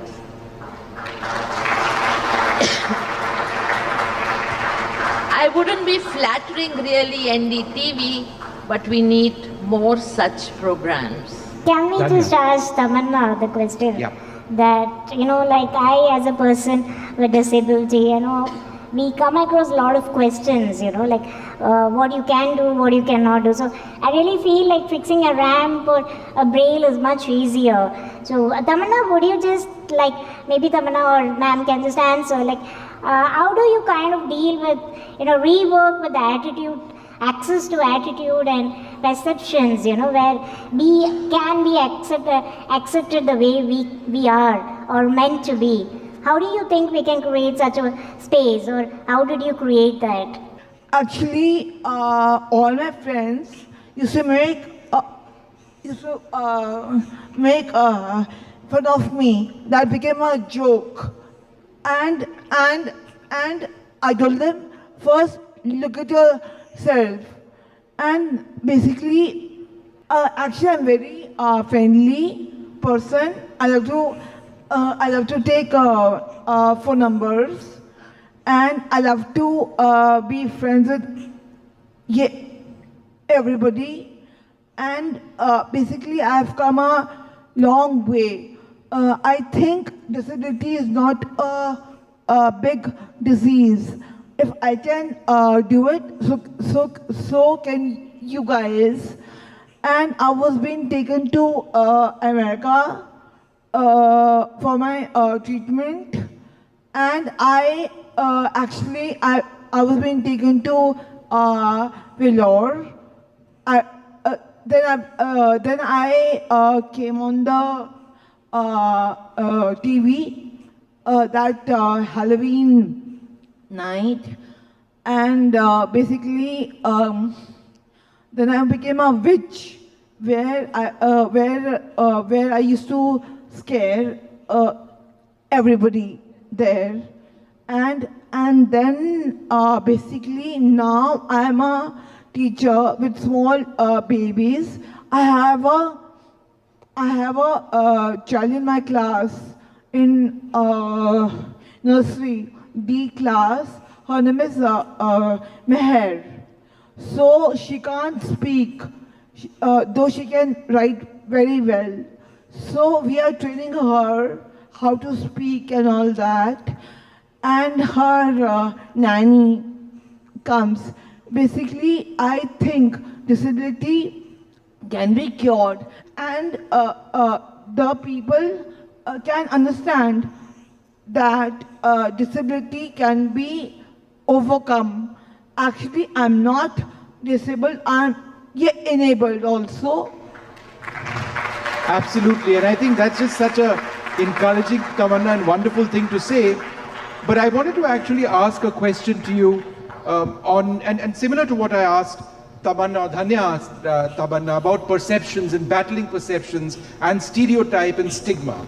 As a parent, I mean, how do you deal with it? So now you've touched a really raw nerve, okay? So Nikhil is very chatty with friends, but is a little shy in a public space. What I find so difficult, I can deal with anything, I can fight any battle.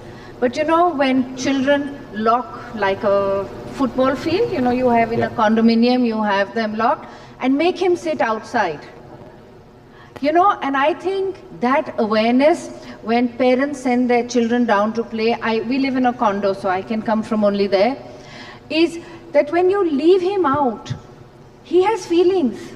He comes home with tears. That is my toughest battle, is how do I overcome, how do I explain to him that they don't want to play with you, because that's what it is. They don't want to play with you because maybe he's different, he does look different. And that awareness has to come from deep within our society. It's not all right to say, oh ho, chalo, isko line mein, let him go in front of the line. No. There has to be, and when they say, oh, there's inclusion, it has to come from deep within every parent to allow that child to be included. There is a parent in our condo who's very kind to him and allows him. But one man is not going to turn the tide. Yes, every drop makes, you know, a difference. Or they'll do things like, you know, throw stones at him and get him agitated. Anybody will get agitated if you're teased.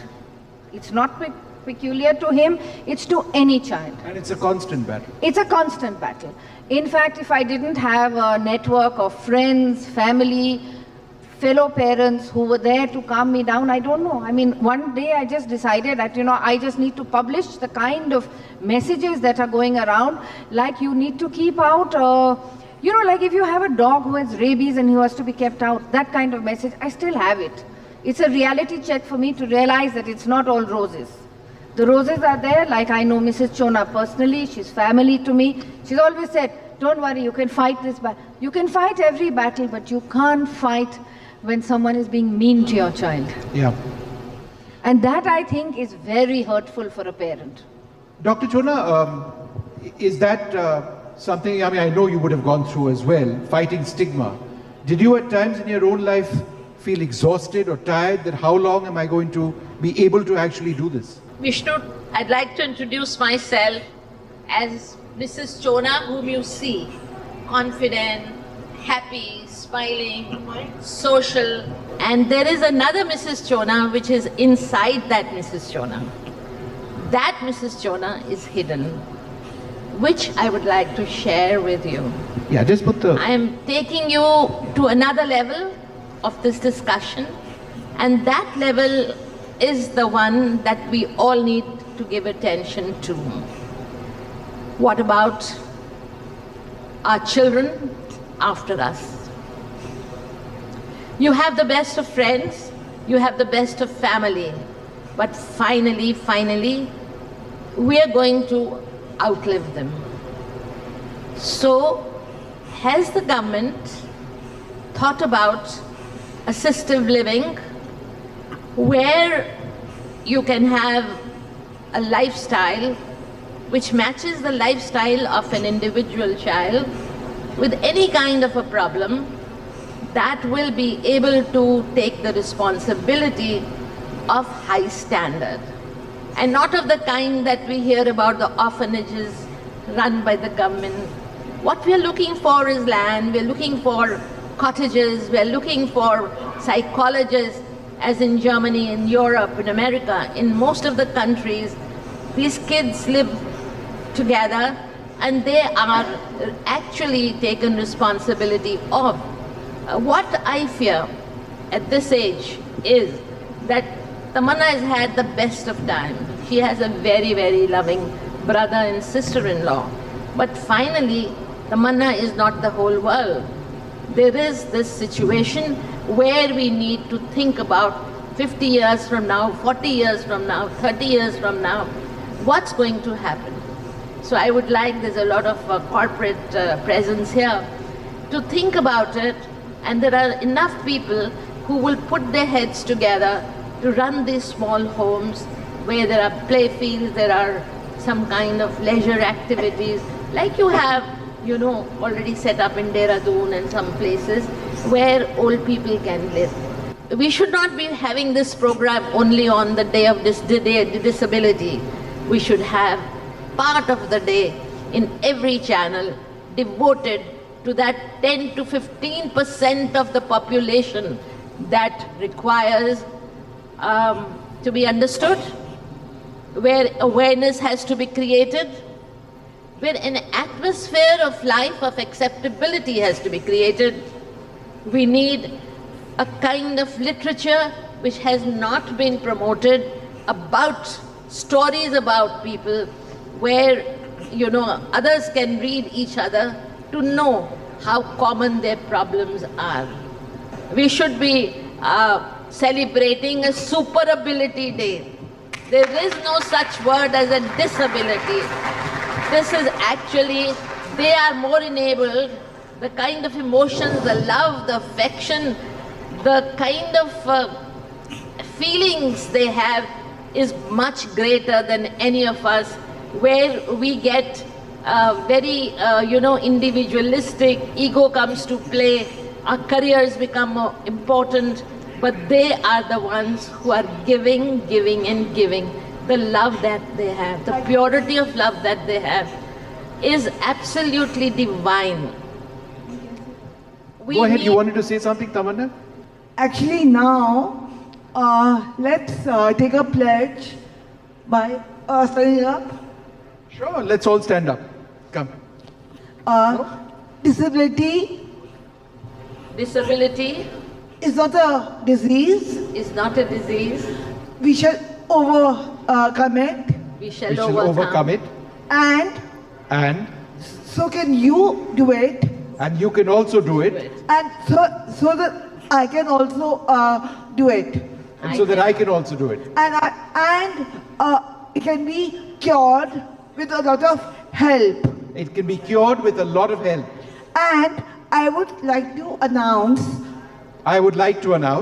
that we can take a step forward we can take a step forward about disability. About disability. Thank you. Thank you. How wonderful. And I think that's just a brilliant way for us to segue into a small break. And I'd like to thank you all very much for being with us with the promise that we go ahead. Just adding a note, Vishnu, that we say it takes a village to raise a boy, and like ma'am said, just to build to this, adding to the pledge of what Tamana said, I'd just like to say this same thing, following the popular saying that it takes a village to raise a boy, and Samarth by Hyundai is just doing that, creating more celebration, and I'm sure it will not end just by today. Rather, it's just going to be a beginning for persons with disability to feel accepted. Absolutely. Thank you very much. Actually, I want to say one more thing. I have written a book also. I am Tamanna, and with the help of Aditi, and I am a painter. Thank you.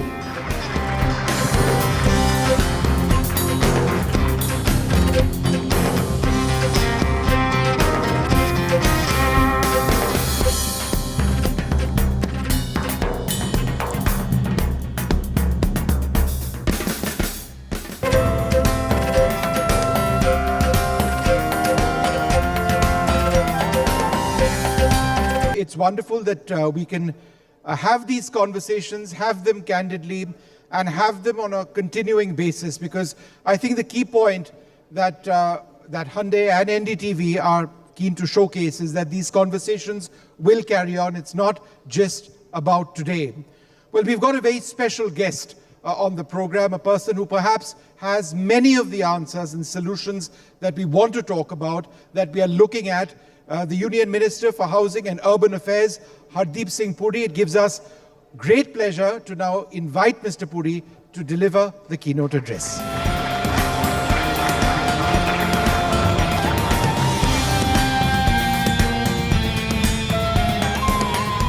Thank you very much, Vishnu. Thank you, NDTV. Let me start by conveying my warm greetings to many of my friends who are here today. And I'm particularly pleased that this program is specially for you. And if I were to start recounting each of our associations, I think that will take a long time. We are looking at this issue particularly in the urban context. So let me start with defining what the urban context is in India today.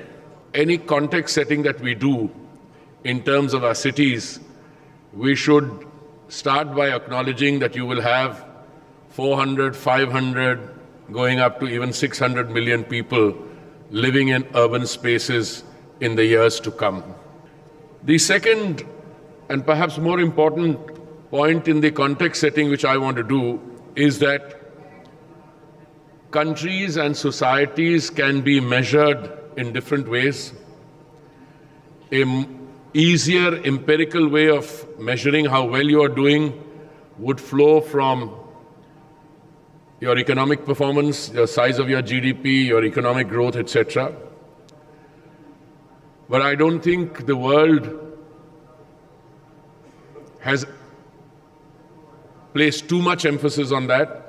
I think countries and societies are assessed in terms of how humane they are, how sensitive they are to those segments of the population which require special attention. And I think that is the focus of our discussion, or what I'm going to say to you today. Let me start with the 9 years of the Modi government. I think in terms of the philosophical construct of the government, it comes from the point that the philosophy is from Antodaya se Sarvodaya. In English, that would be from the farthest first, which also, by the way, is the philosophy of the Sustainable Development Goals, which were adopted by the United Nations, or the Agenda 2030 as it is called. That Agenda 2030 started later, but I think the Modi government started putting these philosophical coordinates in practice when the Prime Minister assumed responsibility in May 2014. What have we done in the cities? In the year 2016, model building bylaws were issued by the Town and Country Planning Organization under my ministry, which was then known as the Ministry of Urban Development. In Chapter 8, there is a detailed set of guidelines that city governments or urban local bodies and state governments have to comply with. Some states and urban local bodies are proactive, and you see changes happening on the ground, and gradually the local population too generally becomes more sensitive. Today, till now, as we speak, the provisions in the building bylaws for differently abled and elderly persons have been enacted by 28 states and 7 union territories.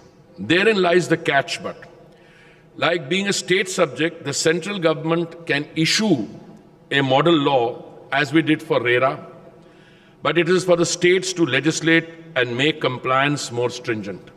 I often say this in my public engagements, but I think this is a very good point which bears repetition here.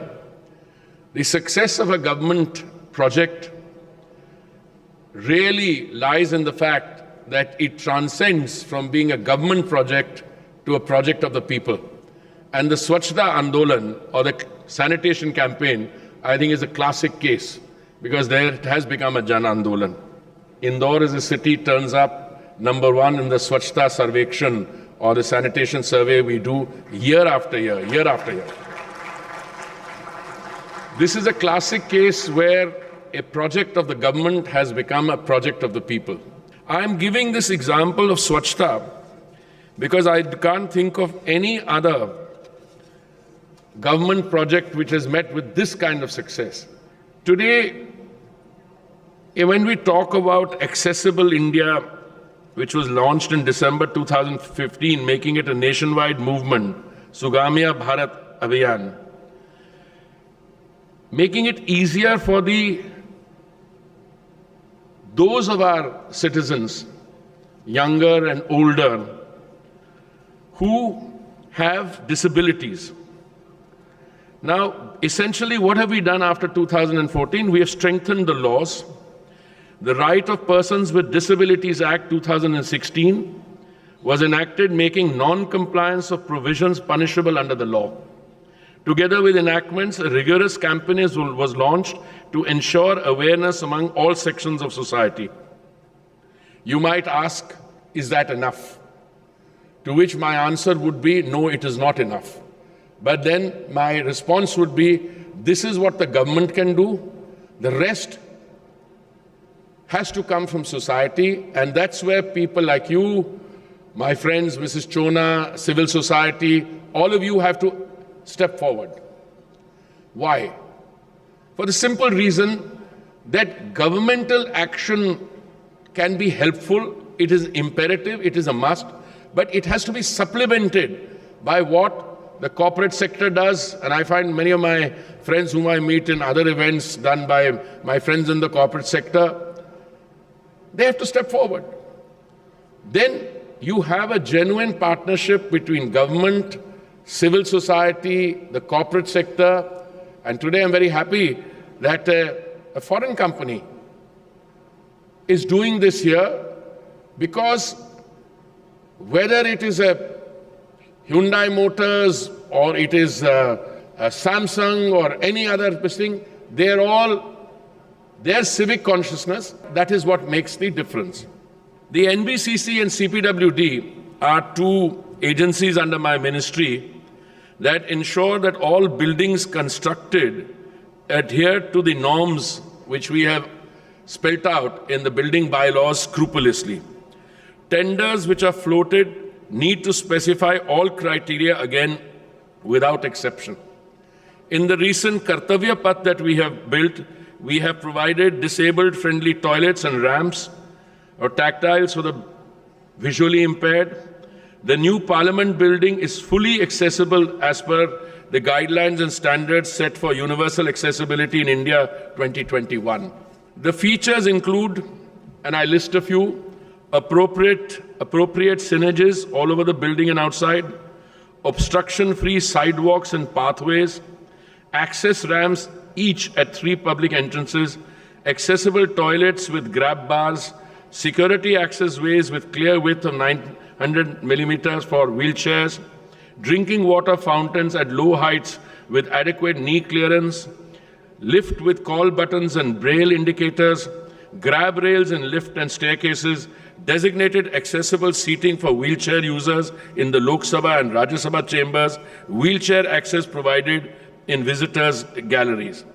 I just want to step back from the provisions for the disabled or those who have disabilities, and I want to go back to what was happening before 2014. And I think the cardinal point, which most of us don't realize, anyone would have found it difficult to navigate their way through the urban space if some fundamental changes had not been introduced in 2014.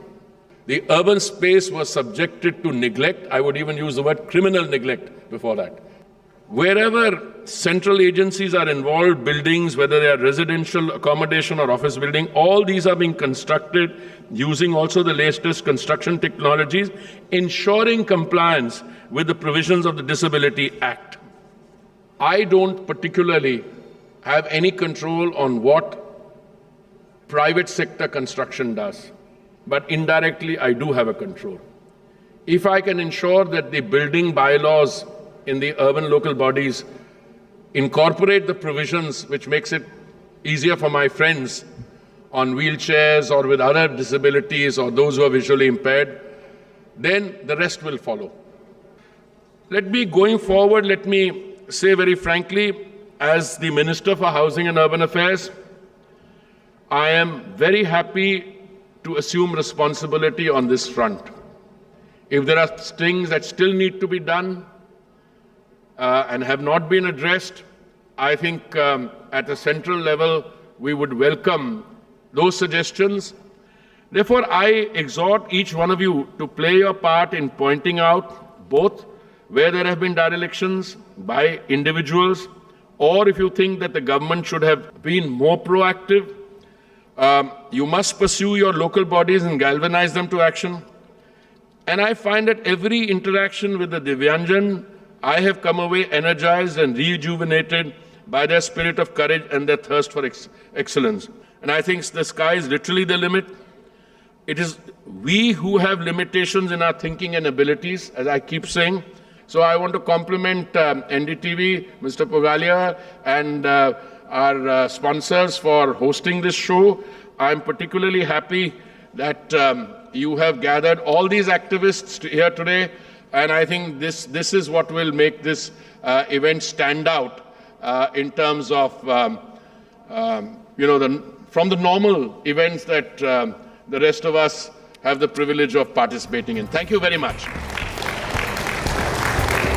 I'd like to invite on the stage Mr. Unsu Kim, MD and CEO of Hyundai Motor India, Mr. Tarun Garg, CEO of Hyundai Motor India, to present a small memento to Mr. Puri. Thank you very much.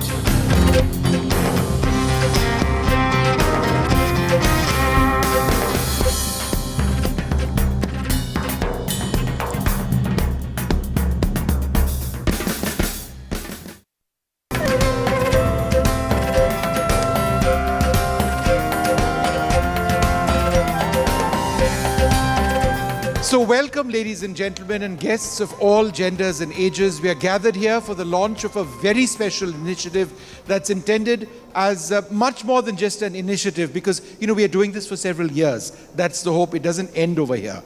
That's the key goal. We hope to make this a movement, in fact, across the country.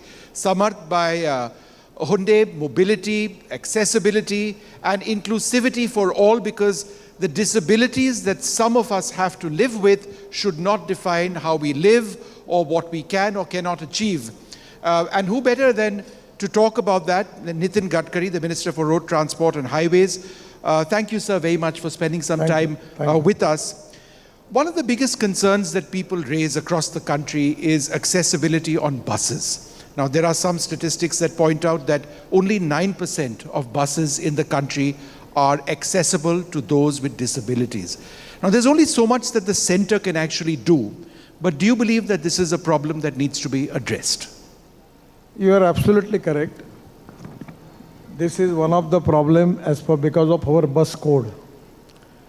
Particularly in the Western countries and USA, they are very strict about it. But now we have taken the decision about the bus code.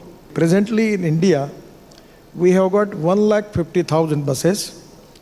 Number of accessible buses, 46,500, that is 32%. But still, as far as the buses are concerned, I am not satisfied about it. Somewhere in the buses, like in Pune and even in some city, it is very difficult to, even the way in which the doors and other things are not appropriate. Number of fully accessible buses is 9,239, that is 20%. And government is committed to make 25% of government-owned public transport vehicles fully accessible. Right. And it is the duty of the government, because this is the population. Average 4% of the people are physically handicapped, because it is really, as far as the awareness in the Western countries, the USA, their picture is totally different. But in India, after 2014, when Modi ji taken charge as the Prime Minister, our government has given special priority for that. आपने buses की बात की. आज हम हंडे द्वारा समर्थ एक कार्यक्रम, एक पहल की शुरुआत कर रहे हैं, और उस ओर अपने आज दिन भर अपने जो दिव्यांग हैं, अपने विकलांग हैं, उनसे बातचीत की, उनसे चर्चा की. आपका जो मंत्रालय है, क्योंकि हमारी चेष्टा भी यही है कि उनकी राह जीवन की सुगम हो, और आपके मंत्रालय की भी कोशिश यही रही होगी कि उनका जीवन सुगम हो घर से बाहर निकलते ही. किस ओर आपका मंत्रालय आगे बढ़ रहा है, क्या आप हमसे साझा कर सकते हैं? देखिए, आप हमको मदद करिए. मुझे जो भी ऐसे लोग अप्रोच होते हैं, कभी उनके आँखों में प्रॉब्लम होता है, किसी को हाथ नहीं चलता, किसी का पैर नहीं चलता, वो नीचे से ब्रेक नहीं लगा सकता, मैं धन्यवाद दूंगा ऑटोमोबाइल इंडस्ट्री को कि 1,47,000 ऐसी कार है कि जो स्पेशली दिव्यांगजनों के लिए डिज़ाइन की गई है. और जब भी हम ऐसे प्रॉब्लम आते हैं तो मुझे बहुत बार केसेस आते हैं कि क्योंकि ये सब्जेक्ट स्टेट गवर्नमेंट के और हमारे दोनों के साथ है, तो आरटीओ ने भी लाइसेंस नहीं दिया, तो फिर हम उसके ऊपर उपाय ढूंढते हैं.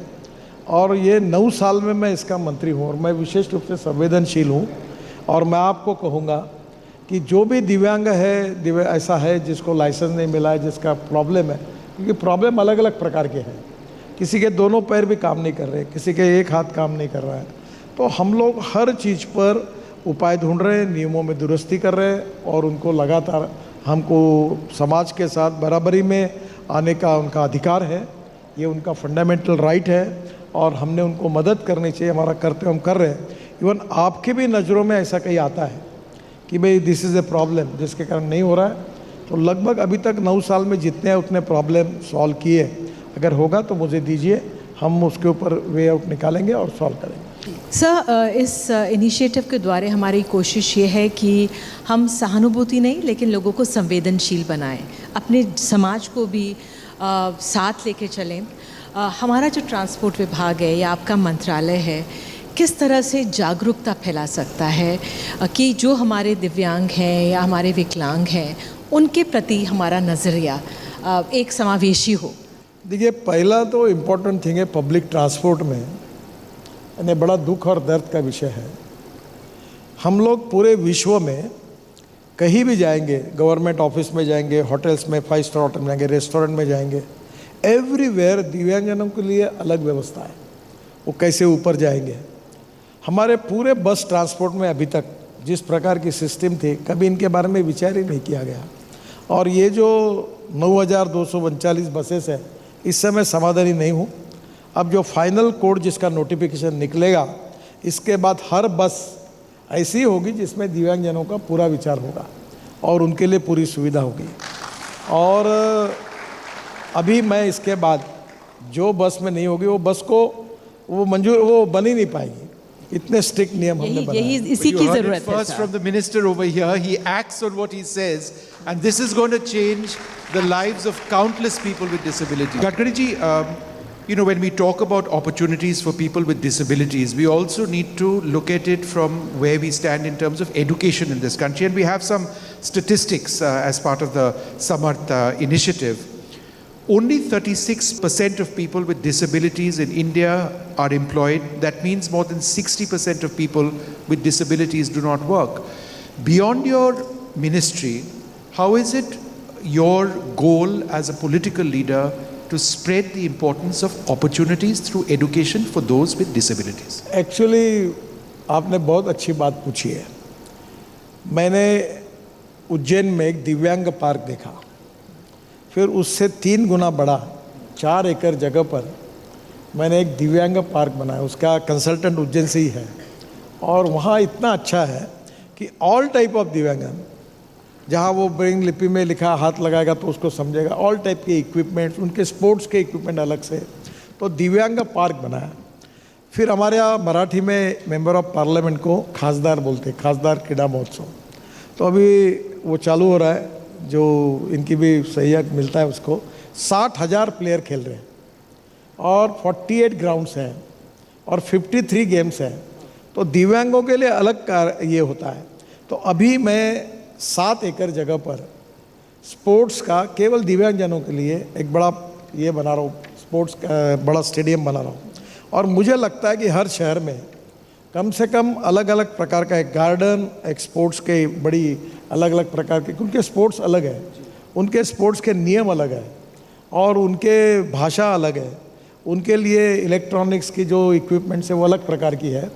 इसमें काफ़ी लोगों ने रिसर्च किया और स्टडी किया है, और मुझे लगता है कि ये हर व्यक्ति का फंडामेंटल राइट है, वैसे उनका भी है कि उनके विकास के लिए उनके अधिकारों को विचार करते हुए इन सब प्रकार की फैसिलिटी जो आम लोगों के लिए है, वही फैसिलिटी उनको मिलनी चाहिए। और हर शहर में, हर गांव में इस प्रकार की व्यवस्था होनी चाहिए, क्योंकि अभी इसकी संख्या मेरे अंदाज से 4% से ज़्यादा हो गई है। तो मुझे लगता है कि ये होने से उनको एंटरटेनमेंट होगी, मनोरंजन होगा, उनका पॉजिटिविटी बढ़ेगी, उनका मोरल बढ़ेगा, उनके म्यूज़िक इक्विपमेंट अलग अलग प्रकार के हैं। और एक बात मैंने देखी अब ये कि जो दिव्यांगजन है वो कोई अच्छा बांसुरी बजाता है, कोई अच्छा वायलिन बजाता है, कोई अच्छा गाता है, तो उनमें भी हैंडलूम, हैंडीक्राफ्ट्स में भी अच्छा काम करते हैं जी। तो हम लोगों ने अभी जो दिव्यांग पार्क बनाया उसमें ऐसी स्पेशल रूम्स बनाई कि वहाँ दिन भर वो सुबह आएंगे और शाम तक रहेंगे, और वहाँ वो अलग अलग प्रकार के हैंडलूम, हैंडीक्राफ्ट्स में इधर उधर कुछ चीज़ें बनाएंगे। तो ये बहुत ही अच्छा, जिसमें आप कह रही है वो बहुत इम्पोर्टेंट कि उनको वो बराबरी का अधिकार मिलना चाहिए, सहानुभूति की ज़रूरत नहीं, उनके अधिकारों की रक्षा की ज़रूरत है जी। आप जैसा कार्यक्रम कर रहे हैं, इसमें काफ़ी लोगों तक ये बात पहुंचेगी और धीरे धीरे हमारे देश में इंटरनेशनल स्टैंडर्ड की सब प्रकार की सुविधाएं इन सब के लिए प्राप्त होगी। और ये सहानुभूति के रूप में नहीं, ये उनका अधिकार है बराबरी का, और उनको मिलना चाहिए, यही भूमिका इसके साथ रखनी चाहिए। आखिर में एक सवाल सर, जो ये हमारी पहल यहाँ पर चल रही है, 1 साल चलेगी Hyundai द्वारा समर्थ की, आपकी क्या उम्मीदें हैं इस तरह के इनिशिएटिव से? क्या मिलके हासिल किया जा सकता है? देखिए, मैं आपको एक बात बताता हूँ। हमारे यहाँ नागपुर में एक दिव्यांग युवा है, वो पैदल भी चलने की छोड़ो, वो एक दोनों पैर नहीं उसको, वो व्हील चेयर पे, उसकी एक स्पेशल चेयर बनी, उसके ऊपर चलता है। उसने एक 20 करोड़ की फैक्ट्री बूटीबुरी एवैडीसी में डाली थी। फैक्ट्री को आग लग गई और जल गई। उसने फिर फैक्ट्री खड़ी की और प्रॉफिट कमा रहा और अच्छा काम कर रहा है और उसको अवार्ड मिल रहा है। तो मैं आपको एक बात कहूँगा कि जैसे आपने आज का कार्यक्रम किया है, तो विशेष रूप से ऐसे जो फिजिकली हैंडीकैप्स हैं और अपने जीवन में जो यशस्वी हुए हैं, उनकी स्टोरी अगर आपके माध्यम से अगर जाएगी तो पॉजिटिविटी और सेल्फ कॉन्फिडेंस जो लोग आज हैं उनके मन में बढ़ेगा। और मुझे लगता है कि उनमें बहुत टैलेंट है, केवल उनमें आत्मविश्वास बढ़ाने की आवश्यकता है।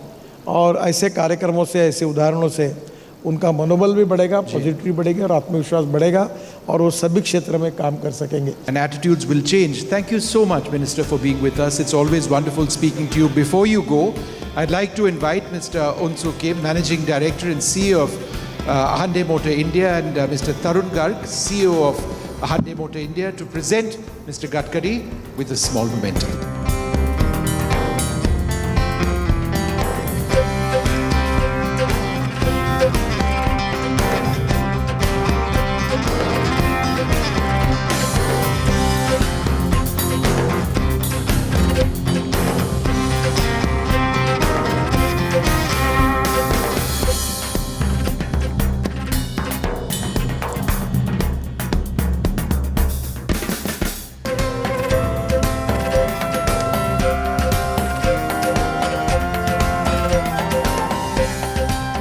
Welcome back everyone to this special show celebrating Samarth by Hyundai.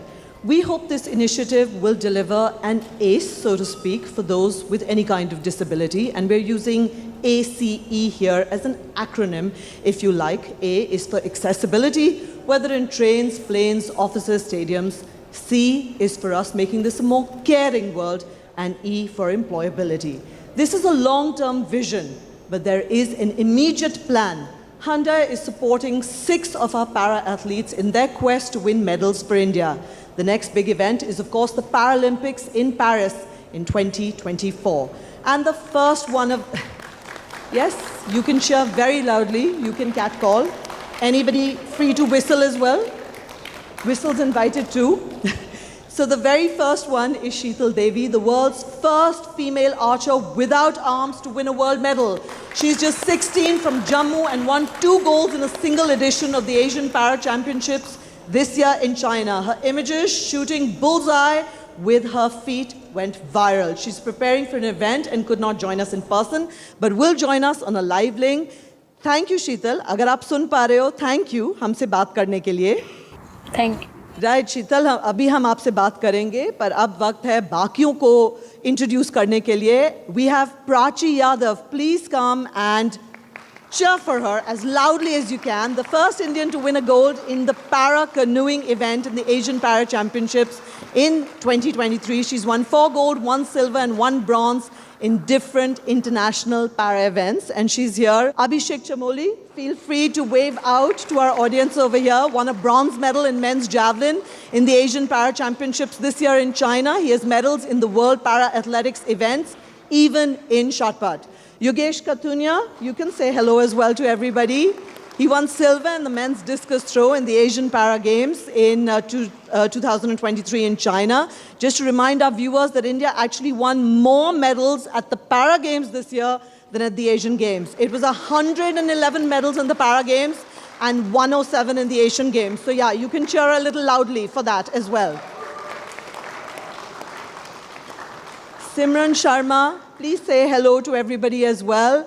And Simran is a national level parachuter, has won a total of 11 medals in the last 3 nationals, of which 6 were gold medals. And we also have with us Lakshmi Jadal. He is the first Indian tennis player with an intellectual impairment to have competed in this year's Virtus Global Games. He's here with his dad Suresh. A really warm welcome to both of you as well. We would also like to invite another star Paralympian, not part of the 6 who are going to be supported by Samarth by Hyundai, but he is a very special person. Suhas Yathiraj is here in a dual capacity. Not only is he a medalist, a silver medalist from the Tokyo Paralympics, but he also has the unique distinction of now being a policy maker because he's an IAS officer. Huge round of applause for him.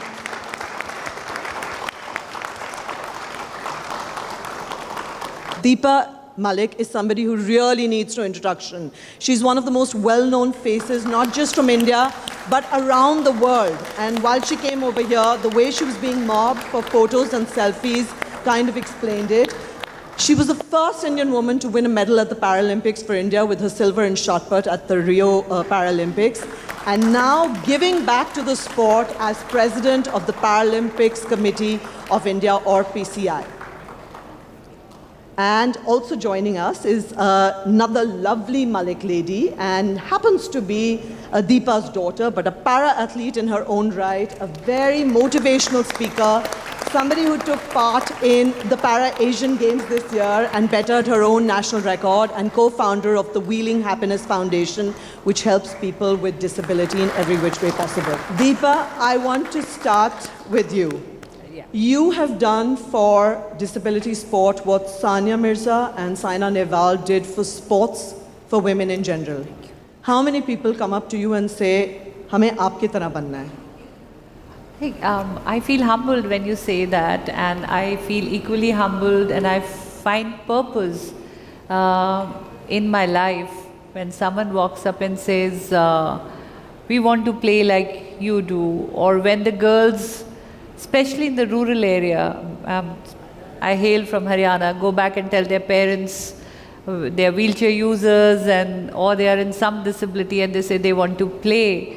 And when parents turn around and ask them, "वो कौन सा वाला खेल खेलोगी जो दीपा खेलती है?" So if that's the benchmark, one has been able to, अच्छा दीपा मलिक जो खेल है वो तो बहुत सुथरा खेल है. So that is where you feel that yes, you have become the change that you wanted to see around you. Wow, I love that accent. Can you do more? Deepa, also, there's been a significant change since you took over. You took over in 2020, just before the Tokyo Paralympics. Yes. How many medals did we get there? Remind me.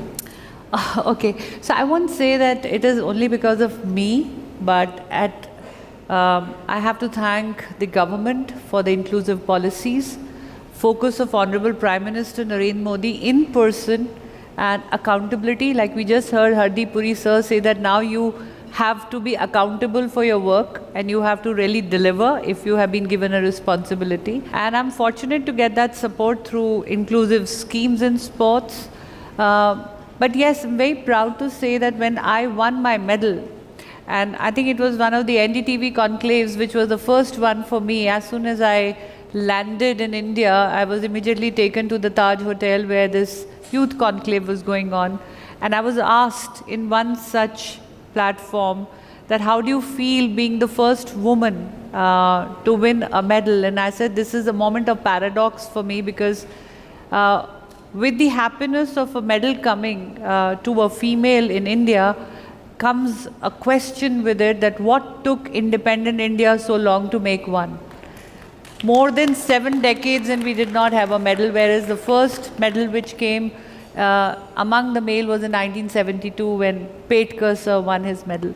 So I think from there to today we were 3 girls in Rio, but there were 14 girls in Tokyo 2020. And that tells the story. And that is the story. We had 40% participation in the Asian Para Games, which were recently held in China, and 40% medals were also contributed by women para-athletes. Wow.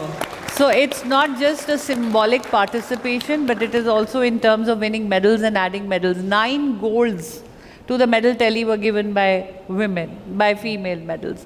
And if there was 1 medal in Rio, there were 3 medals, women medals, in Tokyo. So 300% increase that has happened.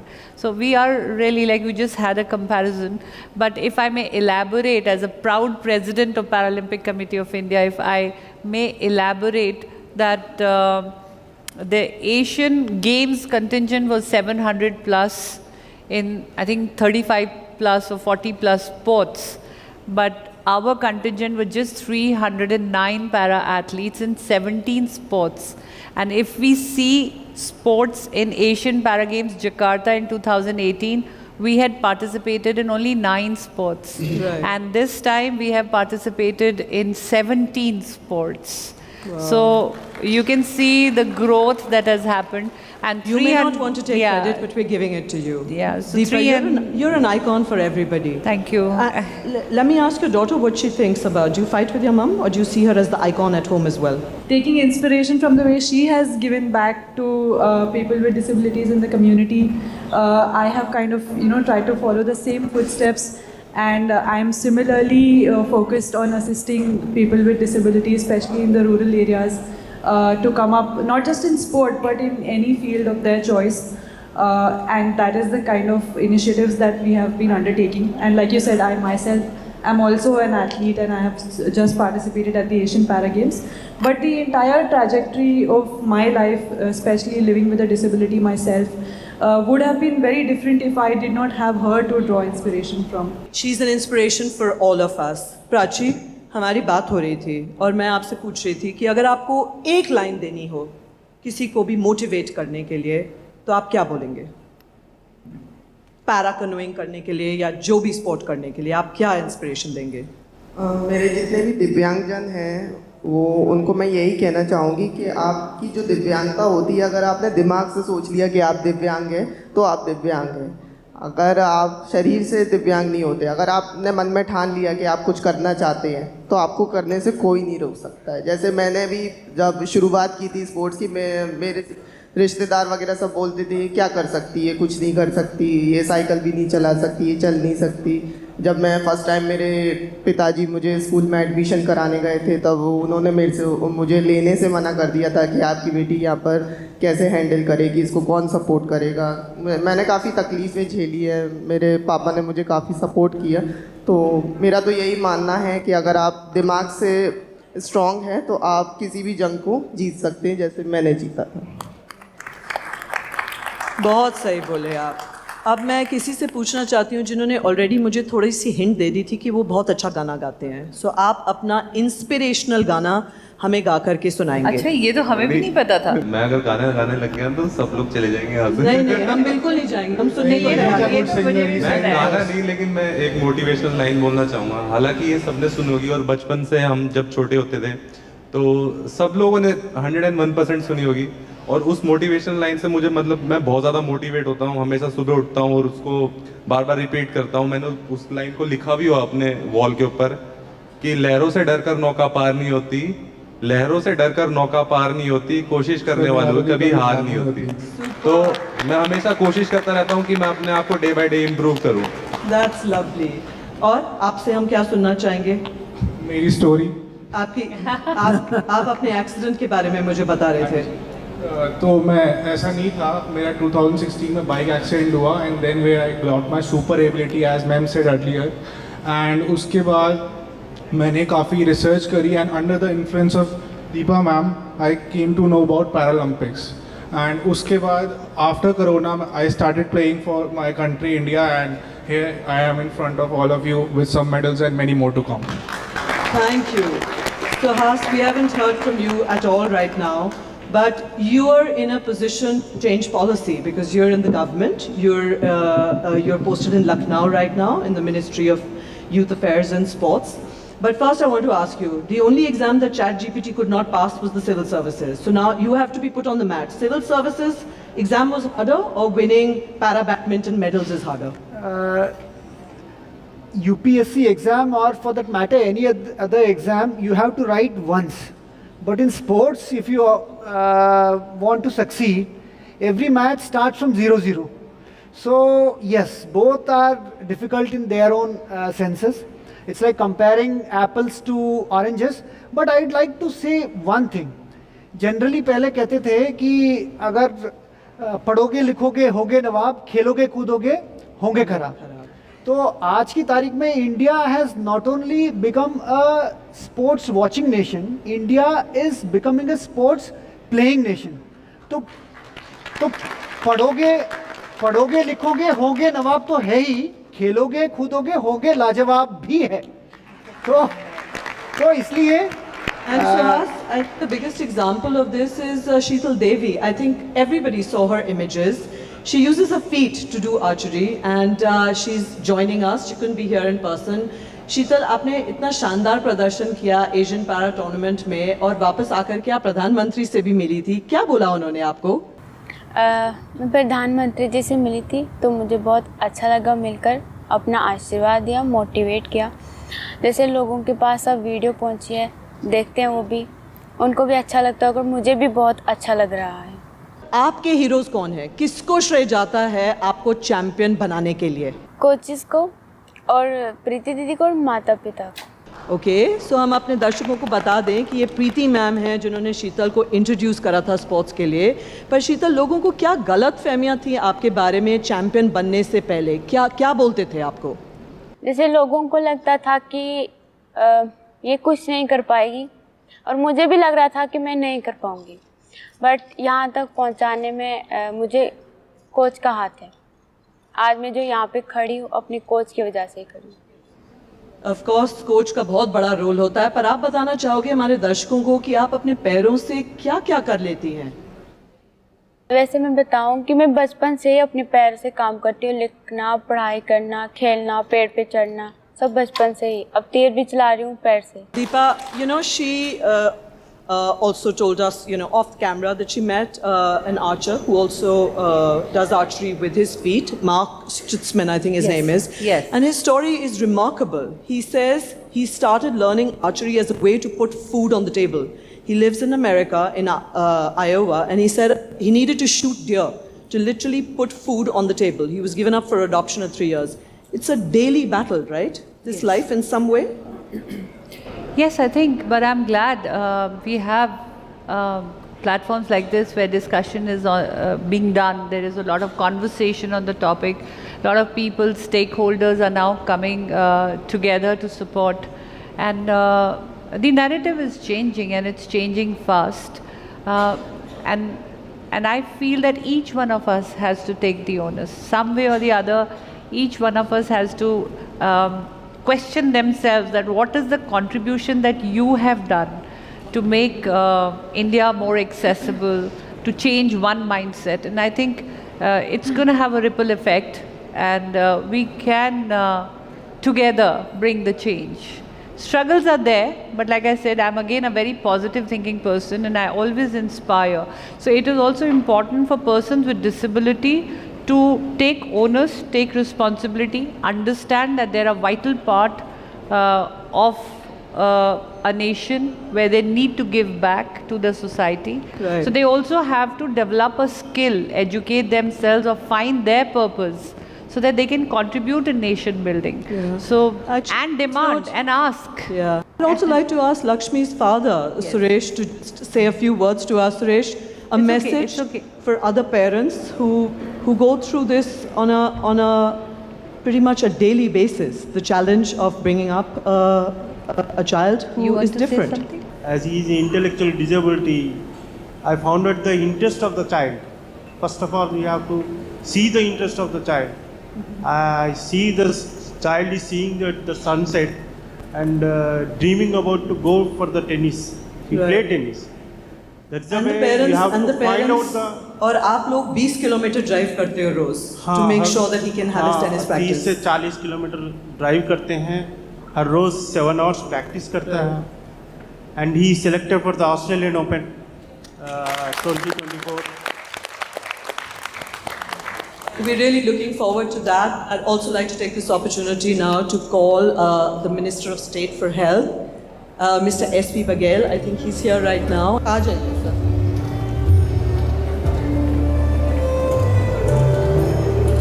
Baghel साहब, अगर मैं आपसे पूछ पाऊँ कि ये जो initiative है समर्थ बाय Hyundai, जिसमें इमीडिएटली ये हो रहा है कि हमारे 6 पैरा एथलीट्स को सपोर्ट मिलेगा अगले साल के लिए ताकि ये इंडिया के लिए मेडल्स ले पाएँ, आप इस इनिशिएटिव के बारे में क्या बोलना चाहेंगे? सबसे पहले मैं NDTV का और Hyundai का आभार प्रकट करना चाहूँगा, जो हमारे पैरा ओलंपिक में पार्टिसिपेट करते हैं। मैं कह रहा था अभी कि Suhas ji is the role model for all the players, not only para players बल्कि general student who is trying for UPSC. You are para Olympian as well as the collector of I think Ghaziabad और नोएडा. तो आप तो role model, 2 बातें हैं, sports के लिए भी है और एक जो दिल्ली में ख़ास तौर से जो तैयारी कर रहे हैं यूपीएससी की, उन बच्चों के लिए आप रोल मॉडल हैं कि किस प्रकार से यूपीएससी भी क्वालिफाई किया जा सकता है। तो एनडीटीवी का आभार और ख़ास तौर से हुंडई का कि उन्होंने एक बहुत ही अच्छे विषय को लेकर के और इन लोगों का अभिनंदन करने का काम किया है। मैं जब असेंबली का चुनाव लड़ रहा था तो ऑब्जर्वर से मिलने गया तो वो दृष्टिबाधित थे, तो मैं सोचा कि जो ऑब्जर्वर वो अपने फादर को लेके आए हैं, तो मैंने वहाँ चपरासी से कहा कि ज़रा ऑब्जर्वर से बात करनी है, मैं असेंबली चुनाव लड़ रहा था। तो वो बोले मैं ही हूँ ऑब्जर्वर। तो इंदिरा गांधी से जब पूछा गया था कि who is your role model in the world, तो मैं सोचा कि नेहरू को ही बोलेंगे, क्योंकि नेहरू भी आम आदमी नहीं थे, बहुत आज भी प्रधानमंत्री भी रहे, लेकिन जो डिस्कवरी ऑफ इंडिया मैंने पढ़ी है या ग्लिम्पेज ऑफ वर्ल्ड हिस्ट्री या letters from father to daughter, वो अपने आप में किसी भी इतिहासकार से कम नहीं है, एक अच्छे राइटर हैं। तो इंदिरा गांधी का जवाब था कि my role model is Helen Keller, not Motilal Nehru और जवाहरलाल नेहरू और महात्मा गांधी। तो फिर मैंने पता किया भाई ये हेलन केलर कौन थे, तो he was the first graduate, blind graduate जो लुई ब्रेल पद्धति से हुए थे। मैं केवल आपके माध्यम से पूरे देश में आप सुने और देखे जाते हो, तो मैं अपने दिव्यांग भाई बहनों से कहना चाहूँगा कि पैरामेडिकल में आए, पॉलिटिक्स में आए, ऐसी बात नहीं है, लोग एमपी एमएलए भी हुए हैं। 14 से पहले केवल 7 प्रकार की दिव्यांगता थी, इसलिए दिव्यांग होते हुए भी, दिव्यांग ना होते हुए, दिव्यांग का प्रमाण पत्र ना मिलने पर हर प्रकार की सुविधाओं से वो वंचित रहते थे। आपकी वैसे आपको पता ही होगा, आप भी सब रिसर्च करके आए होंगे, अब 21 प्रकार की दिव्यांगता है। इसका मतलब है दिव्यांग भाई बहनों की संख्या बढ़ गई, लाभार्थियों की भी संख्या बढ़ जाएगी।